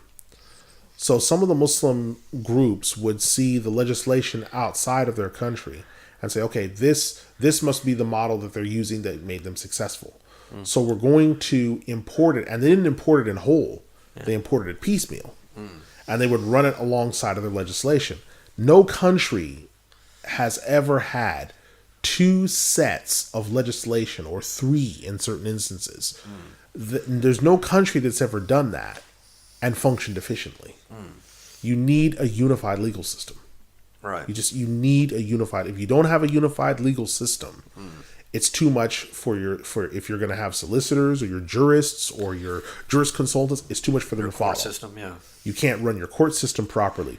Who's going to execute the law? If you have policemen and the army are both looking for a particular murder, or they're both looking to solicit a particular crime, someone gets judged guilty for a crime, he gets the firing squad and he gets suspended sentence. No, he can't get both. Yeah. So this is one of the reasons. The second reason is the Muslims that allowed themselves to abandon contracts is because of it was for the second reason is that it was for short-term gains through bribery, through shady business dealings. They thought, okay, well, I won't honor my contract now. Instead, what I'll do is I'll make money off of this bribe. I'll make money off of this. And then when I've made enough, then I'll start to honor my contracts. Then I'll set up something. Then I'll put something aside. But that never happened, because the moment he got a leg up, the gaggle of people under him, they wanted a leg up. And they employed the same tactics. Because it's one of the things Imam Al-Bulti mentioned in his book, the approach to human civilization, the Quran. Because he made this point, and this again, Daniel Hannan says the same thing in his book about how the contracts, there's a sense of trust, and Imam Bolti said that one of the problems we have at the civilizational level and why we haven't, we're not reaching the peaks that we should be reaching is because there is a great lack of trust just amongst Muslims now. He said, so for example, there are plenty of entrepreneurs and creative people out there who want funding to set up their business, to finance their ideas, and then there are plenty of wealthy benefactors out there, but there's just that trust is like it can't be established. Yeah, well, that goes back to the third and final reason is the leaders that then came into rulership in the Muslim world. They're from among us. Yeah. They're not foreigners. They're from among us, and many of them don't want to see people gaining independence from the government and things like that, because that would mean they're not needed. And so they create these dependent societies by pocketing aid money, by running down the public services, by shrinking and keeping the private sector in an infantile state, or forcing the people to depend upon them, or staging false coups, or making elections that are just paper. By doing these things, you keep people always second guessing and wondering, where's our next meal coming from? Where's our next option? Where are we headed? What direction are we going? They're always worried. And when people are worried, they look for stability. And because those governors are there, I'm strong. I'm a military dictator. I provide stability. Yeah. Oh, Allah protect us. Yeah. SubhanAllah. And then I think the other thing to mention here as well is just the in terms of the white man's contributions, also the English language now, because this is the most widely spoken language on earth. It's stripped French and Spanish, and it's like, for example, when we look at modern technology, it's the language of the internet. When we write websites, our website addresses, IP addresses, it's all English. It's English numerals, English letters. One thing I know about this, it's one of the things, again, Daniel Hannan mentioned in an article, is he said that the English sort of have a free market approach towards language in the sense that there is no national authority when it comes to the language. For example, the French, they have the Académie Française in Paris, which decides like what is correct French, what is correct grammar, what is correct spelling. So you can't make up a French word and just put it out there. These guys have to approve. Whereas the closest thing we have to authority in English is the Oxford Dictionary. And the Oxford Dictionary, as opposed to dictating rules, sort of observes and records. So, and that's been co-opted recently because there's all types of words in there that have no business being in there. It's almost become like the Webster Dictionary. I don't read anything beyond my Oxford English Dictionary is from like 1995. I don't read anything beyond that. Yeah, because the idea now, obviously, because the principle where it starts is that you have the a word is started like you and I could invent a word for something. If that gains currency and it spreads and it goes everywhere and people start using it, someone from Oxford will notice and say, "Oh, this word is used and it means this," and in it goes. But yeah, you've seen some funky words recently. Yeah, well, they don't fit the criterion. So and a lot of the words they're not even words that are from the language, and there are certain illiteracies. It's like LITE, that doesn't belong in there. Yeah. Light. Yeah. That doesn't belong in there. That's got no business being in there. Is that an Americanism? Yeah, that's an Americanism. So if I open up the Oxford English Dictionary, I don't want to see that in there. Any more than if I open up Hokkaido's, the most authoritative Japanese dictionary, I don't expect to see Danish on every page. Yeah. I expect that I'm going to see the Japanese, the most authoritative Japanese that there can be. Yeah. So that I'm using the language properly, because it took me 15 years since coming into England to finally be at a stage where I properly understand and speak English to a degree that's discernible. It took me that long. Okay. Yeah, so these are all things to consider. So again, when we mentioned the first section about white man's culture, I think we've gone over some of the sources now. People understand that obviously what the white man has, he has something to be proud of. He has something to carry. He has something that backs up what he does in terms of his literature, theology, science, economics, his language, how widespread it is. Right. Even though we don't know how long that's going to last, because we could see the rise of Mandarin. Yeah. maybe Spanish as well, Yeah. maybe Arabic to an extent. We're going to see over the coming years. But that should give the listeners, inshallah, an understanding of where this comes from. These people are not just fornicating alcoholic savages. Yeah, That idea needs to be banished from your minds. And the last thing we want to look at is just these noticeable differences between, say, the Englishman and the American white man. And some books to refer to. I think Kate Fox has a good book called Watching the English, a Hungarian man called George Mikesh. Even though it's humorous, it's a humorous book it's called How to Be an Alien. I think it's now become How to Be a Brit. Just about the idiosyncrasies of the Englishman. But the first thing I'm going to talk about, these are just noticeable, observable differences that we've seen. The first one to talk about is the place of religion in terms of the American white man and the Englishman. The place of religion for the American white man is that religion is acceptable insofar as it is subservient to the American paradigm. And that's why you'll often find people being asked when they come into the country, and it's lately been happening to Muslims because they're the most recent arrivals, is, are you an American first or a Muslim first? Yeah. Where's your allegiance to? And during the presidential race, the most recent presidential race, one of the candidates was saying, I would not be in favor of a Muslim becoming president of the United States because of the fact that his allegiance is to the Sharia first and not the Constitution. Because that to him is actually, it's completely sacrosanct. We cannot risk that. Having someone with, there's two separate legal systems at play. So for them, that's absolutely sacrosanct. So so what happens is religion in the United States is stripped of all of its legislative or executive qualities. Yeah. Until it is left to be little more than a husk of itself. Although its social factors, like social reinforcement, like reinforcement of family, reinforcement of those sections are left in place, but the legislative and executive qualities are pulled away because they won't fit with the constitutional model. In England, because the church has not been disestablished, you still have the House of Lords, which is unelected, which has a large body of ecclesiastical authorities. And the Queen herself is the head of the church. Yeah, she's the head of it. So that's still there. And even people who would think themselves enlightened where they don't need religion would say, well, my background is C of E. Or, well, my family is C of E. And they still have, it's like, I often refer to English people as pretend liberals because they're actually really conservative.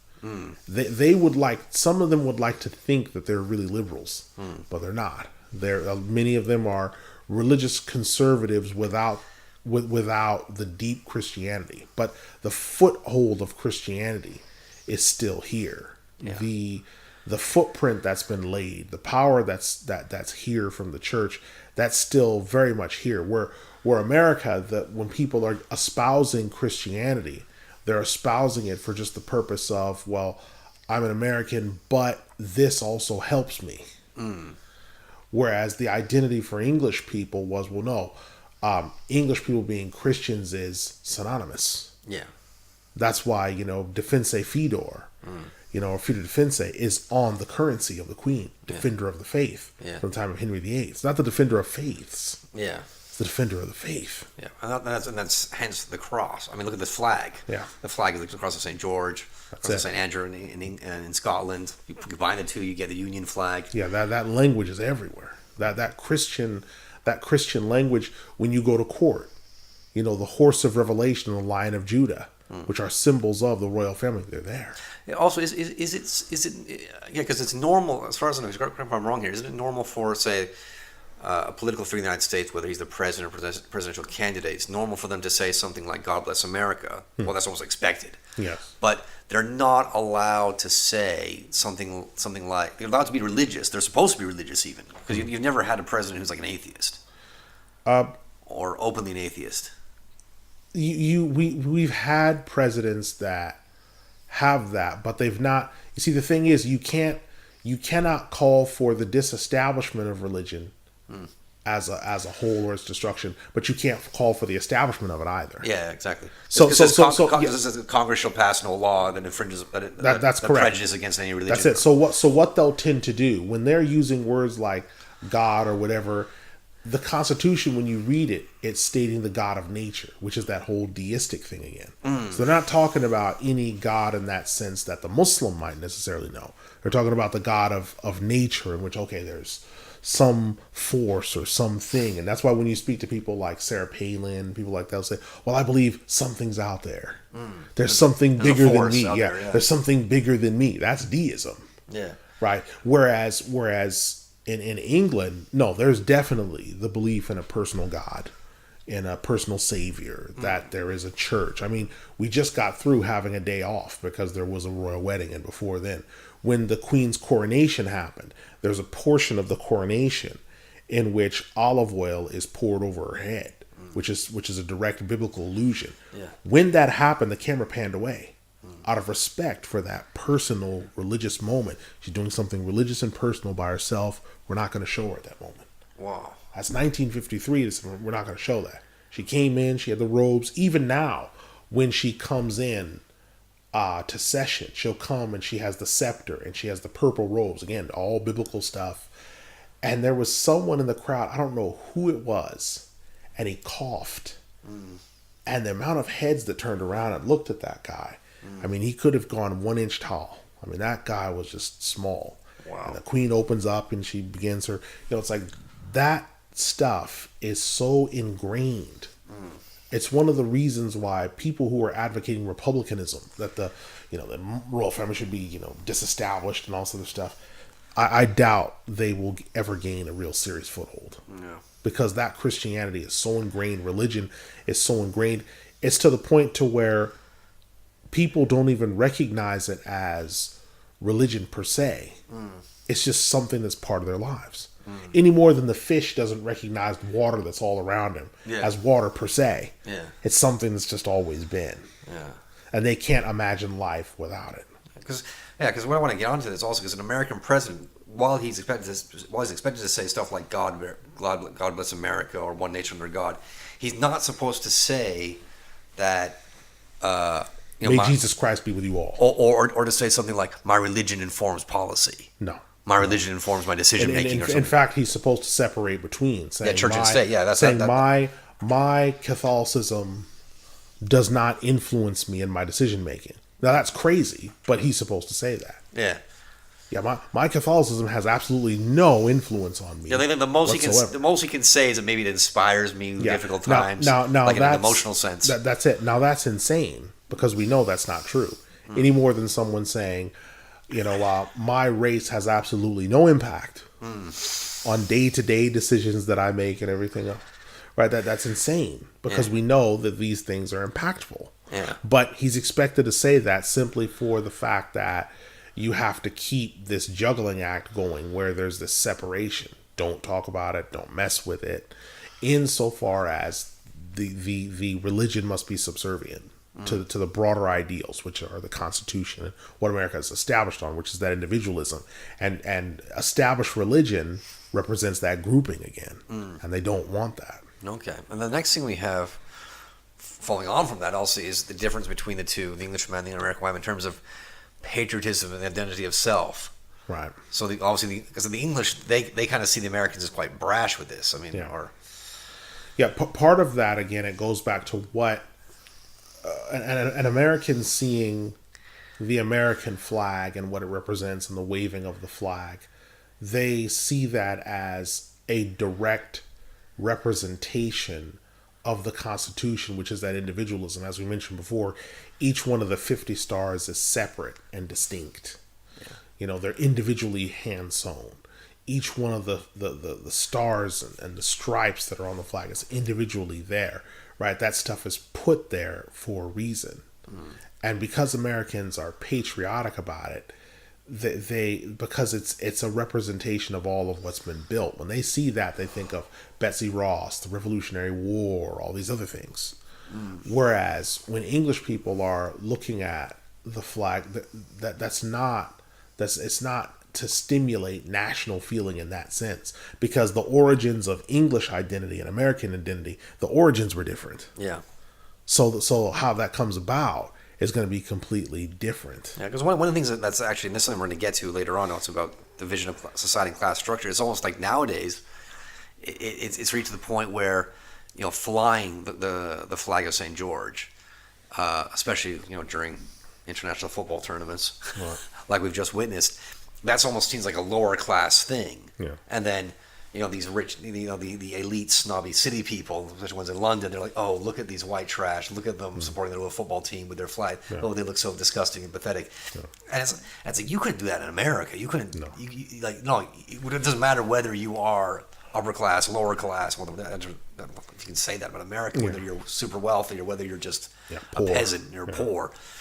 So you have to respect the flag. You can't see that. Oh, that's just you're country bumpkin supposed to patriotism. hold it in a certain reverence. And again, it has to do with because some people in England blamed at the end of World War II. Well, look at what patriotism got us. Yeah. We had this huge war. I mean, look at the the Nazi Germans, Empire. Look what happened. That was patriotism, We yeah. never want that. That was patriotism out of control. And to a degree, there's some correctness in it, but it's a mischaracterization because it's not looking at all the other things that were connected to it. The Treaty of Versailles and all these other things that came in. It's ignoring a lot of that. Yeah. So because there's that fear of that, the English have decided to downplay a lot of things. And in response to downplaying some of the more unique aspects of Englishness, in the process of doing that, they've made it seem that they're almost ashamed of being English to an onlooker. Yeah. And people have taken advantage of that. Yeah. Because they've taken that extra step. And not only should you be ashamed of being English, but you should also, you don't have any culture. Yeah. Or what is English history except for colonialism and everything else? Wait a minute, hold on. That was a very short period in English history. That wasn't like for 1,000 years. That was a very short period. But that idea, you don't have any culture except for killing, murder, and colonialism. Okay, what about these? And you start giving them, what about Shakespeare? What about King James Bible? Well, that's just 2 things. So you give them another 5. Yeah. Well, the major classic authors all the way through. I mean, until now. Yeah. So, but it doesn't matter because they've already formed this sort of set of puzzle pieces in this contiguous whole and decided that that's the final decision. They've already made that decision.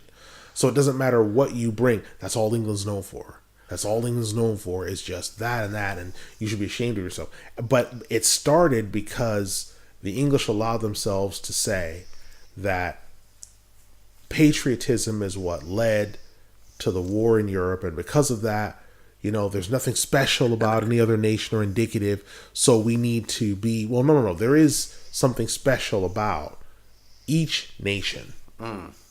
There's something that sets apart the English from the German, the German from the Swede, the Arab from the Hebrew. There's something special about these nations. That's why the EU, because the EU rises out of the ashes of World War II. And one of the things, again, a brilliant point that was made about the EU, why it doesn't really work on the level of, because we have so many different languages, so many different cultures, but also the fact that, for example, that when it comes to the currency, the euro currency, it's like they can't actually put a picture of anyone on it. Because there's like, who's the unifying European figure? Who represents all of this? Yeah, because for example, on British money, you can put Jane Austen, you can put Winston Churchill, you can put these unifying figures like Robert Louis Stevenson. Like, yes, these are people that represent us.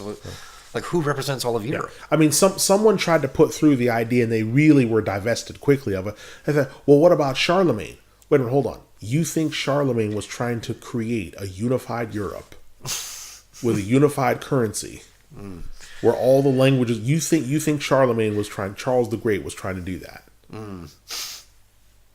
It's just it's not being honest. It's not being honest at all. So once they realized, oh yeah, it'd be a mistake to put it would be a mistake to put Charlemagne on there because Charlemagne will whip up that thought. Yeah, Charlemagne, he united all these different disparate tribes to come together to create an empire. And it's like, and that whole idea is, no, we don't want any empires. We don't want any nationalism. So to put Charlemagne on there will get people studying ancient history, learning about the Franks and all these other things. People don't want that. And then Muslims will complain eventually because they'll be like, oh wait, he kicked the Muslims back. Oh wait a minute, hold on, we lost in the Battle of Tours or whatever else. So they don't actually have. That is one of the classic downfalls. I think it was Jordan Peterson who put in one of his talks when asked him about the EU, and he said people use this expression, when we talk about banks, especially, they say, "Oh, too big to fail, too big to fail." He's like, no, the EU is so big it has to fail. Yeah. It has to fail. You can blow up a balloon only so far, and then it will explode. It's just the nature. You don't need to have a pin. Just keep puffing it up, and it has to blow. Yeah, because you can't. And this whole idea of, again, going back to blaming the entire World War II. That was just patriotism. That was just Germans like loving themselves too much. Yeah, it's not being reasonable, because even the it's a whole different podcast, but just the circumstances that led to another war in Europe, those things were put in place by the circumstances that led to that first war in Europe. And those circumstances were put in place from things that came out of the 1870s. So a lot of this stuff was... and the unification of Germany. That's it. Yeah. So a lot of this stuff is like 200 years old, and the pressure cooker had been cooking. Yeah. And people ignored it. So this stuff that happened in the first European Civil War and the second European Civil War was really the vegetables overcooking and overflowing. Yeah. This had been boiling for a long time coming. A long time coming. Even before that, a millennium before that, you had the Slavic slave trade and stuff. That stuff was gonna go. It was ready to go, but they left it. Yeah. Okay, the next thing we have on the list is the understanding of liberty. Like how do the British understand liberty? How do the Americans understand liberty? I think it was one of the wise cracks that George Carlin made. He said this country was founded by slave owners wanting to be free. Yeah. Yeah. There's truth in that. Part of it comes down to the liberty on how people view themselves and how they view others. And I think one of the best examples of that was the series of back and forth incidents between the English and the American settlers.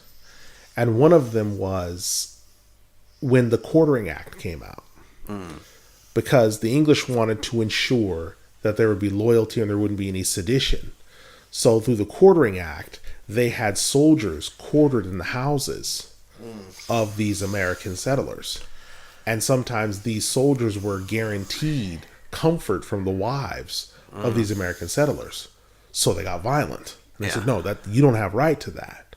That's not your place. The Boston Tea Party, where the attacks have been brought up on tea. It's like, no, that's not your place to do that. So this idea, again, is the individualism. It's like, no, you live all the way over there. We should have local rights. So even before the full states had been formed, they were doing this whole states' rights versus federal, all this other stuff. So they had that. They had ideas about, who should be free and who should not be free. Who should be in charge and who should not be in charge. And these were questions, again, as far as the old world was concerned, these questions were settled. The new world's attitude was these questions weren't settled. Yeah. Still open for debate. Slavery, still open for debate. Still open discussion. So you had like very wealthy slave owners coming up from the South. And then you had some people in the North who owned mills where they had wage earners working there, but they were pretty much under slave circumstances, and they had very, very different ideas on how. Then you had people who didn't own slaves. So then you had states that weren't slave-owning states that were that owned slaves, and then states that didn't have an opinion either way. And so the attitude on that was, let us make our own decisions. Don't outlaw slavery, because the English were sort of phasing out domestic slavery. So the Americans were like, no, we'll decide whether there should be slaves. Someone wants to have a slave. Someone doesn't, he doesn't. There shouldn't be any encroachment.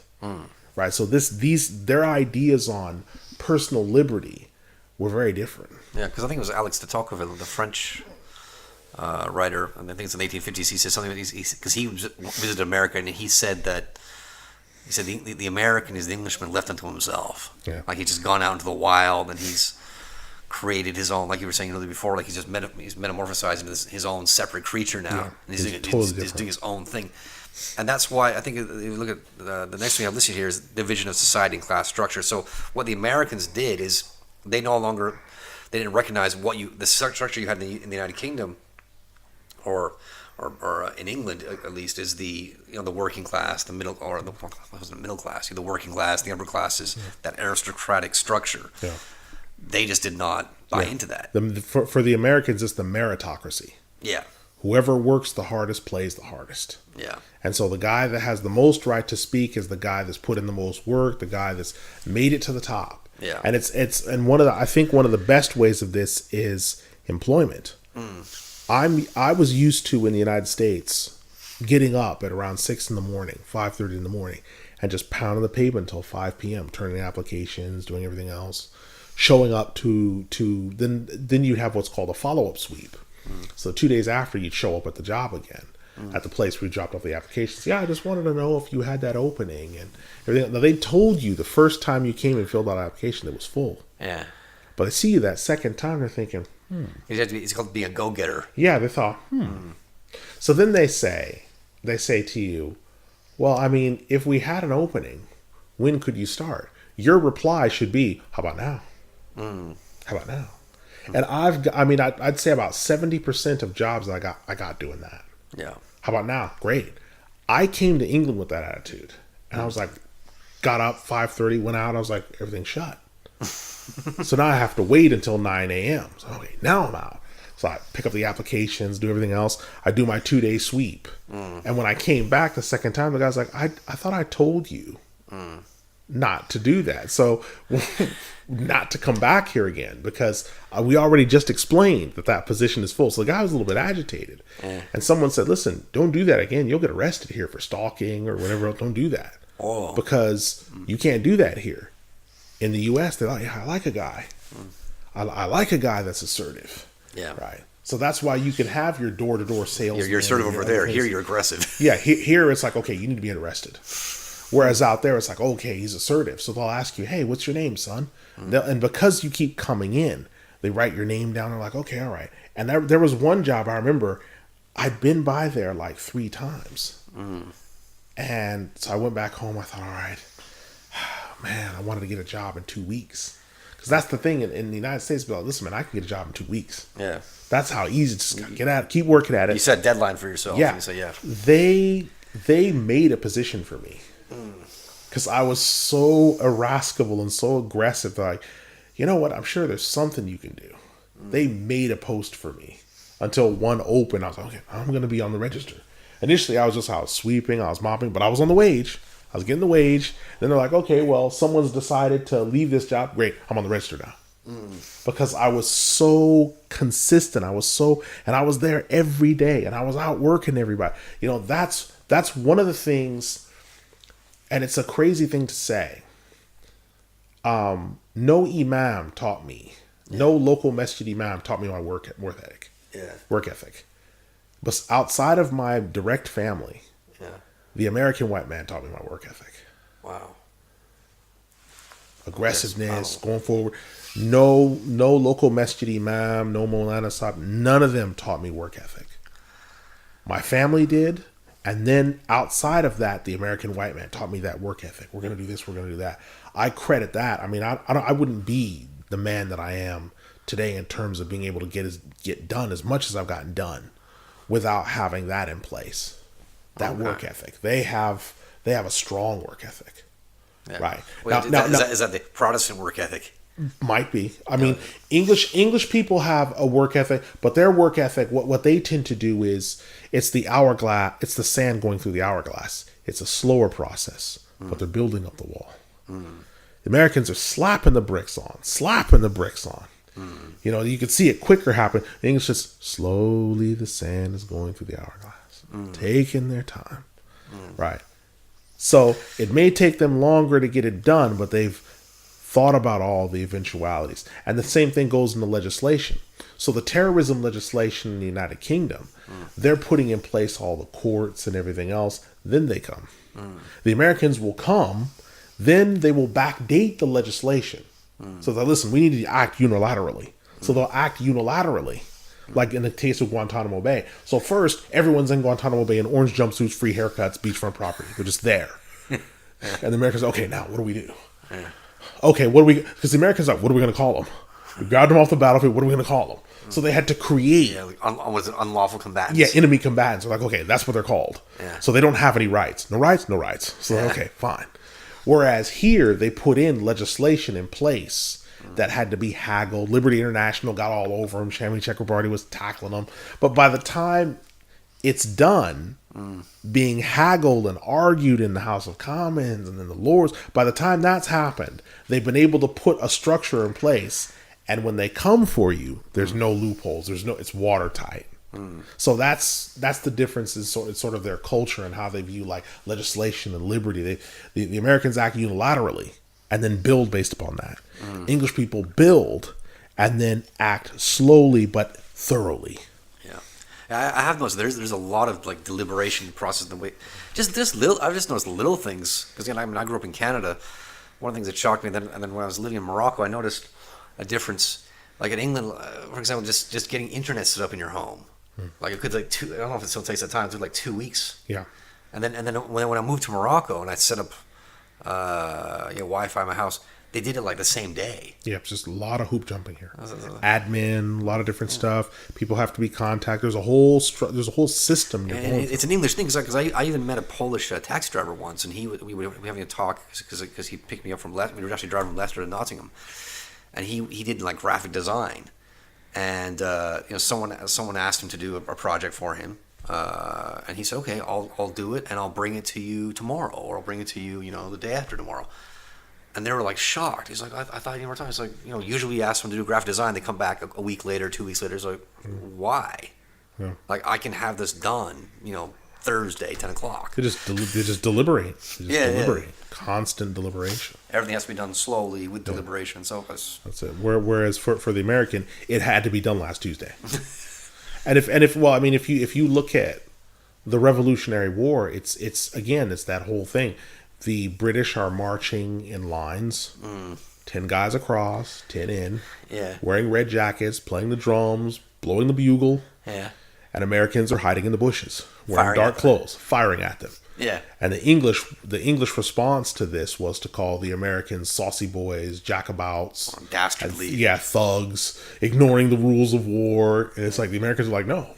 The rules of war are to win, no matter what. Whereas the English had a very gentlemanly way of doing things. Yeah. That, you wear your red coats, you wear your uniform, you call them out to the field of war, you await them. Americans are like, no, we're not going to wait for you. We're going to shoot you from the bushes. We're going to hide behind a rock and shoot you. I remember as a kid, did you ever see those Asterix comics? Yeah. The French. Remember, there's actually one called like Asterix Goes to Britain, because Asterix obviously is a Gaul. He's based in France. And the way because obviously these are French authors, but the way they set up this stereotypical way is, so the Romans invade England, and they're fighting Britain, and it's foggy. The first thing is fog, so they can barely see each other. That's the first thing. This is fog everywhere. They can barely see each other. They're going to war, and then all of a sudden, like 4 o'clock in the afternoon, there's a bell rings. Ding, ding, ding, ding, ding. All right, and then the Romans are just left there by themselves. Like, where are the guys gone? It's like they're having tea. They stopped. They're having their tea break. The Romans are like, well, we want to keep fighting. Wait. We'll be with you in half an hour. The Romans are standing in the middle of the battlefield scratching their heads. What's going on? But that's just... Yeah, that's their way. We have to take these slowly. We have to take breaks. That's their way. That's their way. Whereas the American way is different. And in the process of that, so when you watch how the United States expanded, how they built themselves out, and their attitude internationally, you can see that same thing. Yeah, you can see the same thing. The British international attitude: slow deliberation, building relationships, backdoor channels, taking it slow. The United States: this is what we're going to do. This is what we want to do. Yeah, this is our goal. We're setting this up. Even the State of the Union address, there's like a certain urgency the President of the United States has in the State of the Union address. He's speaking with a certain cadence. Yeah. There's applause that are being given, standing ovations, all sorts of stuff. Whereas when the Exchequer or whoever is talking about the economy, taking their time, mentioning the stats, people in the crowd might be interested, here, or they might be mentioning different things. It's just this whole very careful, deliberate, just resolute fashion. And there's also a lot of pageantry as well, because also when the Queen comes in and she addresses the Parliament and she reads out the policies and so forth, and there's a proper way of doing it. Yeah, I mean a lot, and a lot of that stuff is biblical. A lot people don't realize a lot of that stuff is biblical. I sent you a video not long ago about the history of the Queen's crown. Yeah, and there's only 2 people that handle that crown: the jeweler and the Queen herself. Wow. and the interviewer was watching it, and he was being very careful not to touch it. He's like, okay, what is that jewel? And he's like pointing to, okay, well, this is, and how's the crown supposed to face you? He's like, okay, listen, when the crown faces me, it's supposed to look like this. This part's supposed to be facing out. This part's supposed to be facing in. And then there's the crown I wear when I'm delivering rulings or whatever else, when I'm handing down my authority. But then there's the crown that I wear when I'm just in procession in public. Those are different crowns. Yeah. And there's different jewels, there's different clothes I'm supposed to wear, there's different this, there's different that. Okay, how much does the crown weigh? I mean, all these little details that you just, you take for granted. That type of stuff doesn't exist in the United States on that. What tends to be the case in the United States' pageantry is its buildings. Yeah. Big, imposing buildings. This is the Capitol building. Yeah. And you see that this is the Capitol building. Yeah.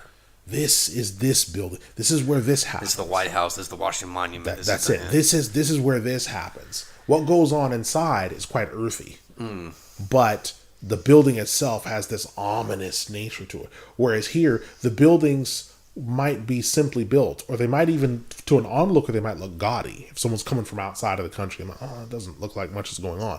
But there's all this rich culture and tradition that's happening inside. Okay.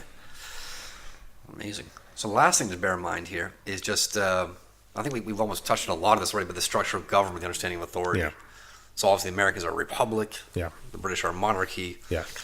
Constitutional monarchy, I suppose, with an unwritten constitution, where the Americans have written constitution. It's clearly written constitution. And also the, what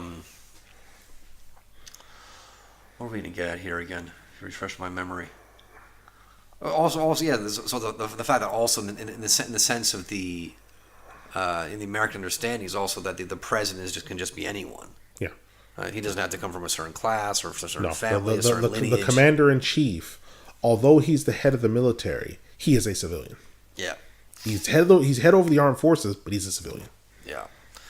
And he's not the head over any sort of church, any sort of religion. He's not supposed to be. Whereas the queen is the head of the. She's the head of the church, defender of the faith. And there's certain laws in place because there was concern about Camilla Parker Bowles being a Catholic or not. Yeah. Or a closet Catholic. There were concerns because that's in the law. That's still there. Yeah. Yeah, that's still there. So there were these concerns.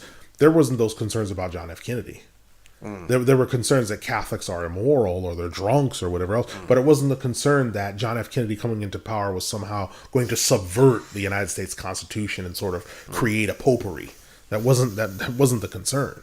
Yeah, because I think it's back in the book How We Invented Freedom, and that's one of the points that Dale Hannon makes about one of the problems with Catholics, what Catholics experience when they're in England is always this fact of, in the final analysis, where does their loyalty lie? Yeah. Are they going to be loyal to the Vatican City, or the Queen, or the monarch? Yeah. And then interesting point here for Muslims is he says the Catholics proved themselves. They proved their loyalty and their patriotism by dying in great numbers in several wars. Yeah. 1914 to 1918, and then again to 1945. And he actually says in there that maybe one day Muslims will do the same. Oh Lord, that's heavy. Prove their loyalty, and again, Catholics in the United States don't have that problem. And again, it's a problem why it's not a good idea for Muslims to draw the comparison with Catholics, because Catholics have been subsumed into the system in America. American Catholics have been cut off from the church to the point to where it's like the church's still stance today is that contraception is not in keeping with Humanae Vitae and not in keeping with what a family is supposed to be. But most American Catholics still practice contraception, so they're openly flouting the church's doctrine on abortion. They're openly flouting the Catholic Church's doctrine. So it's like American Catholics. It's like some Catholic preachers that are traditionalists have called them schismatic sheep. Yeah. Because they've just sort of veered off on their own. Now, they're still conservative in many ways, but in a lot of ways, they're sort of Americanized because they've sort of veered off on their own, created their own identity, because they sort of had to make this decision of, are we going to swim in the ocean or stay on shore? And a lot of them decided we're swimming in the ocean. I remember I think it was Judge Andrew Napolitano. He made a little short video about the world. Well, didn't he make a video? He had his own TV show on Fox, and he talked about how this was under the Obama administration. There's a woman called Catherine Sebelius. She was it Health and Human Services Secretary, something like this, and she's actually is Catholic, Yeah. and she was actually enforcing. She's actually putting forward legislation saying that public institutions have to provide contraception to their employees and so forth. So, and that would include, say, Catholic hospitals, Catholic schools, Catholic universities, and all that. Putting them under pressure, just like Ruth Bader Ginsburg was chasing Orthodox Jews because she'd sort of discarded her Judaism, so she was like chasing Orthodox Jews and terrorizing them. Yeah, and then Judge Andrew Napolitano. It's kind of a weird thing to understand because again, on the one hand, yes, it's true that America comes first for these people. America comes first for religion. But at the same time, Judge Andrew Napolitano, who is like very much a constitutionalist, he was thinking at the same time, Congress shall pass no law that prejudices against religion in any way, shape, or form. But that's just what happens in the United States. Like the general trajectory is that any sort of religious group will be subsumed into the overall Americana. To work effectively, you have to be a functioning schizophrenic in the United States. To properly function there, you have to be a working schizophrenic. I mean, if you're a religious person. That's it, because you have what are called functioning alcoholics. He's like, he's a drunk, everything else, but he's able to get through the workday. Well, you have functioning schizophrenics. You got one tongue and one face for here, one tongue and one face for there. And it's like, I don't know how, most people can't keep it up for long. It's too much.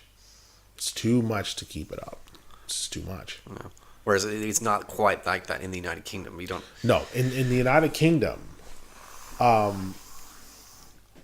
the pressure that there would be isn't there because there's a faith in place. People kind of understand. Okay, you're religious. I understand that. One of the most interesting things I encountered was landing at the airport here and hearing this thing about prayer rooms. Something that there isn't in the U.S. Yeah.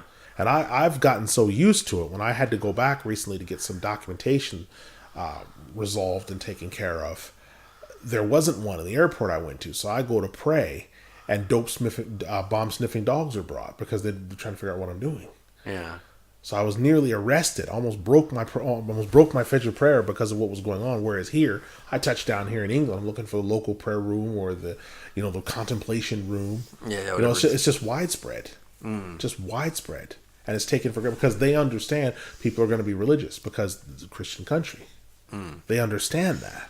It's so clear that it's unspoken. Yeah. So they don't have to, because they don't go around, the English don't go around pumping their chest saying, yeah, we're religious. It's just there. It's something that's just expected and it's there. Like I said, it's become so part of them, just like the water around a fish. It's just, it goes without saying that a fish swims in water.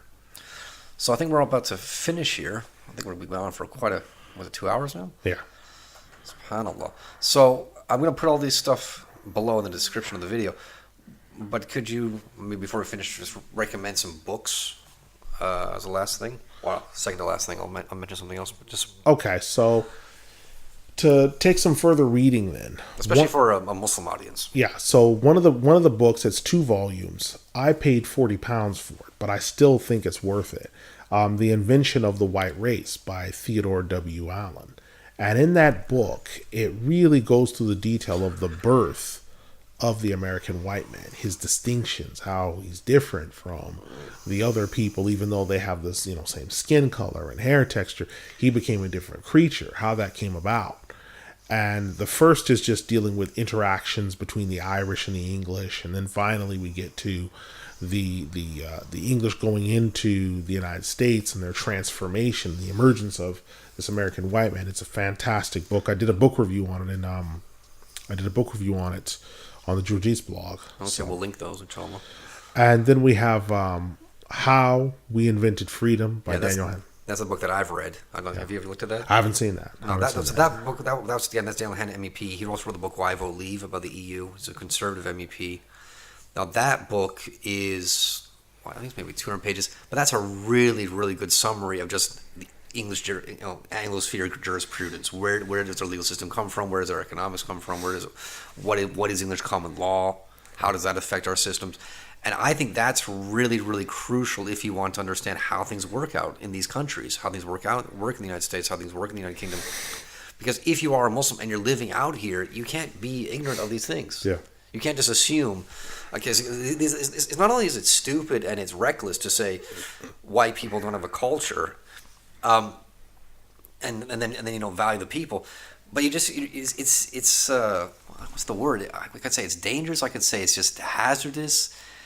It's careless because you're living in their country. Don't you want to know how things work, how things run, what you need to do, what you need not to do? How do you get along here? You can't just shut them off and say, oh well, they're just a bunch of fornicating alcoholics and don't have any value. Yeah, because they have entire structures.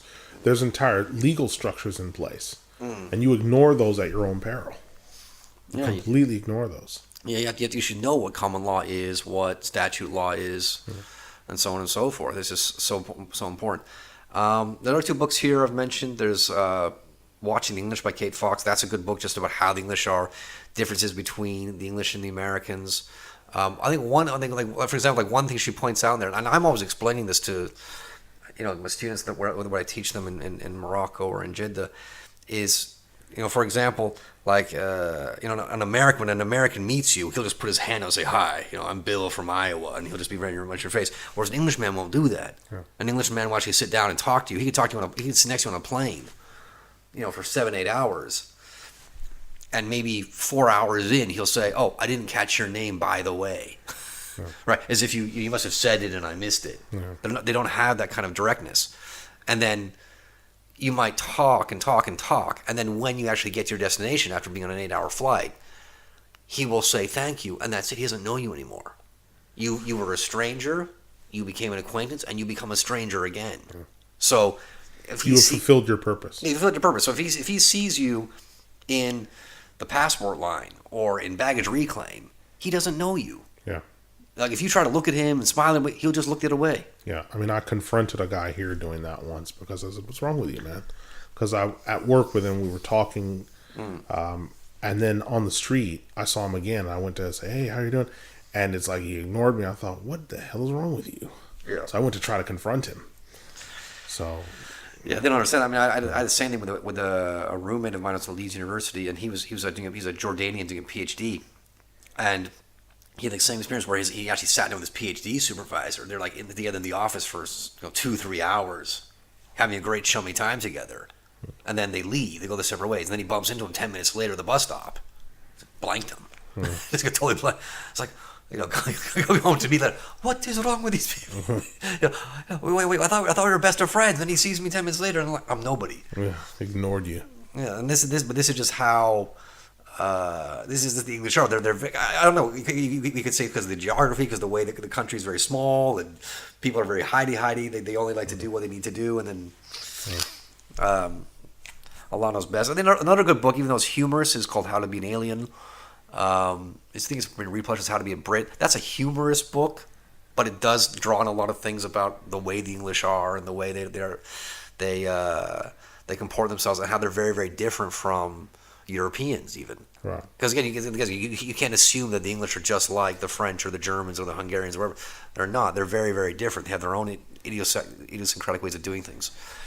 Are there any other books that you would recommend at this point? No, I think that's a good start.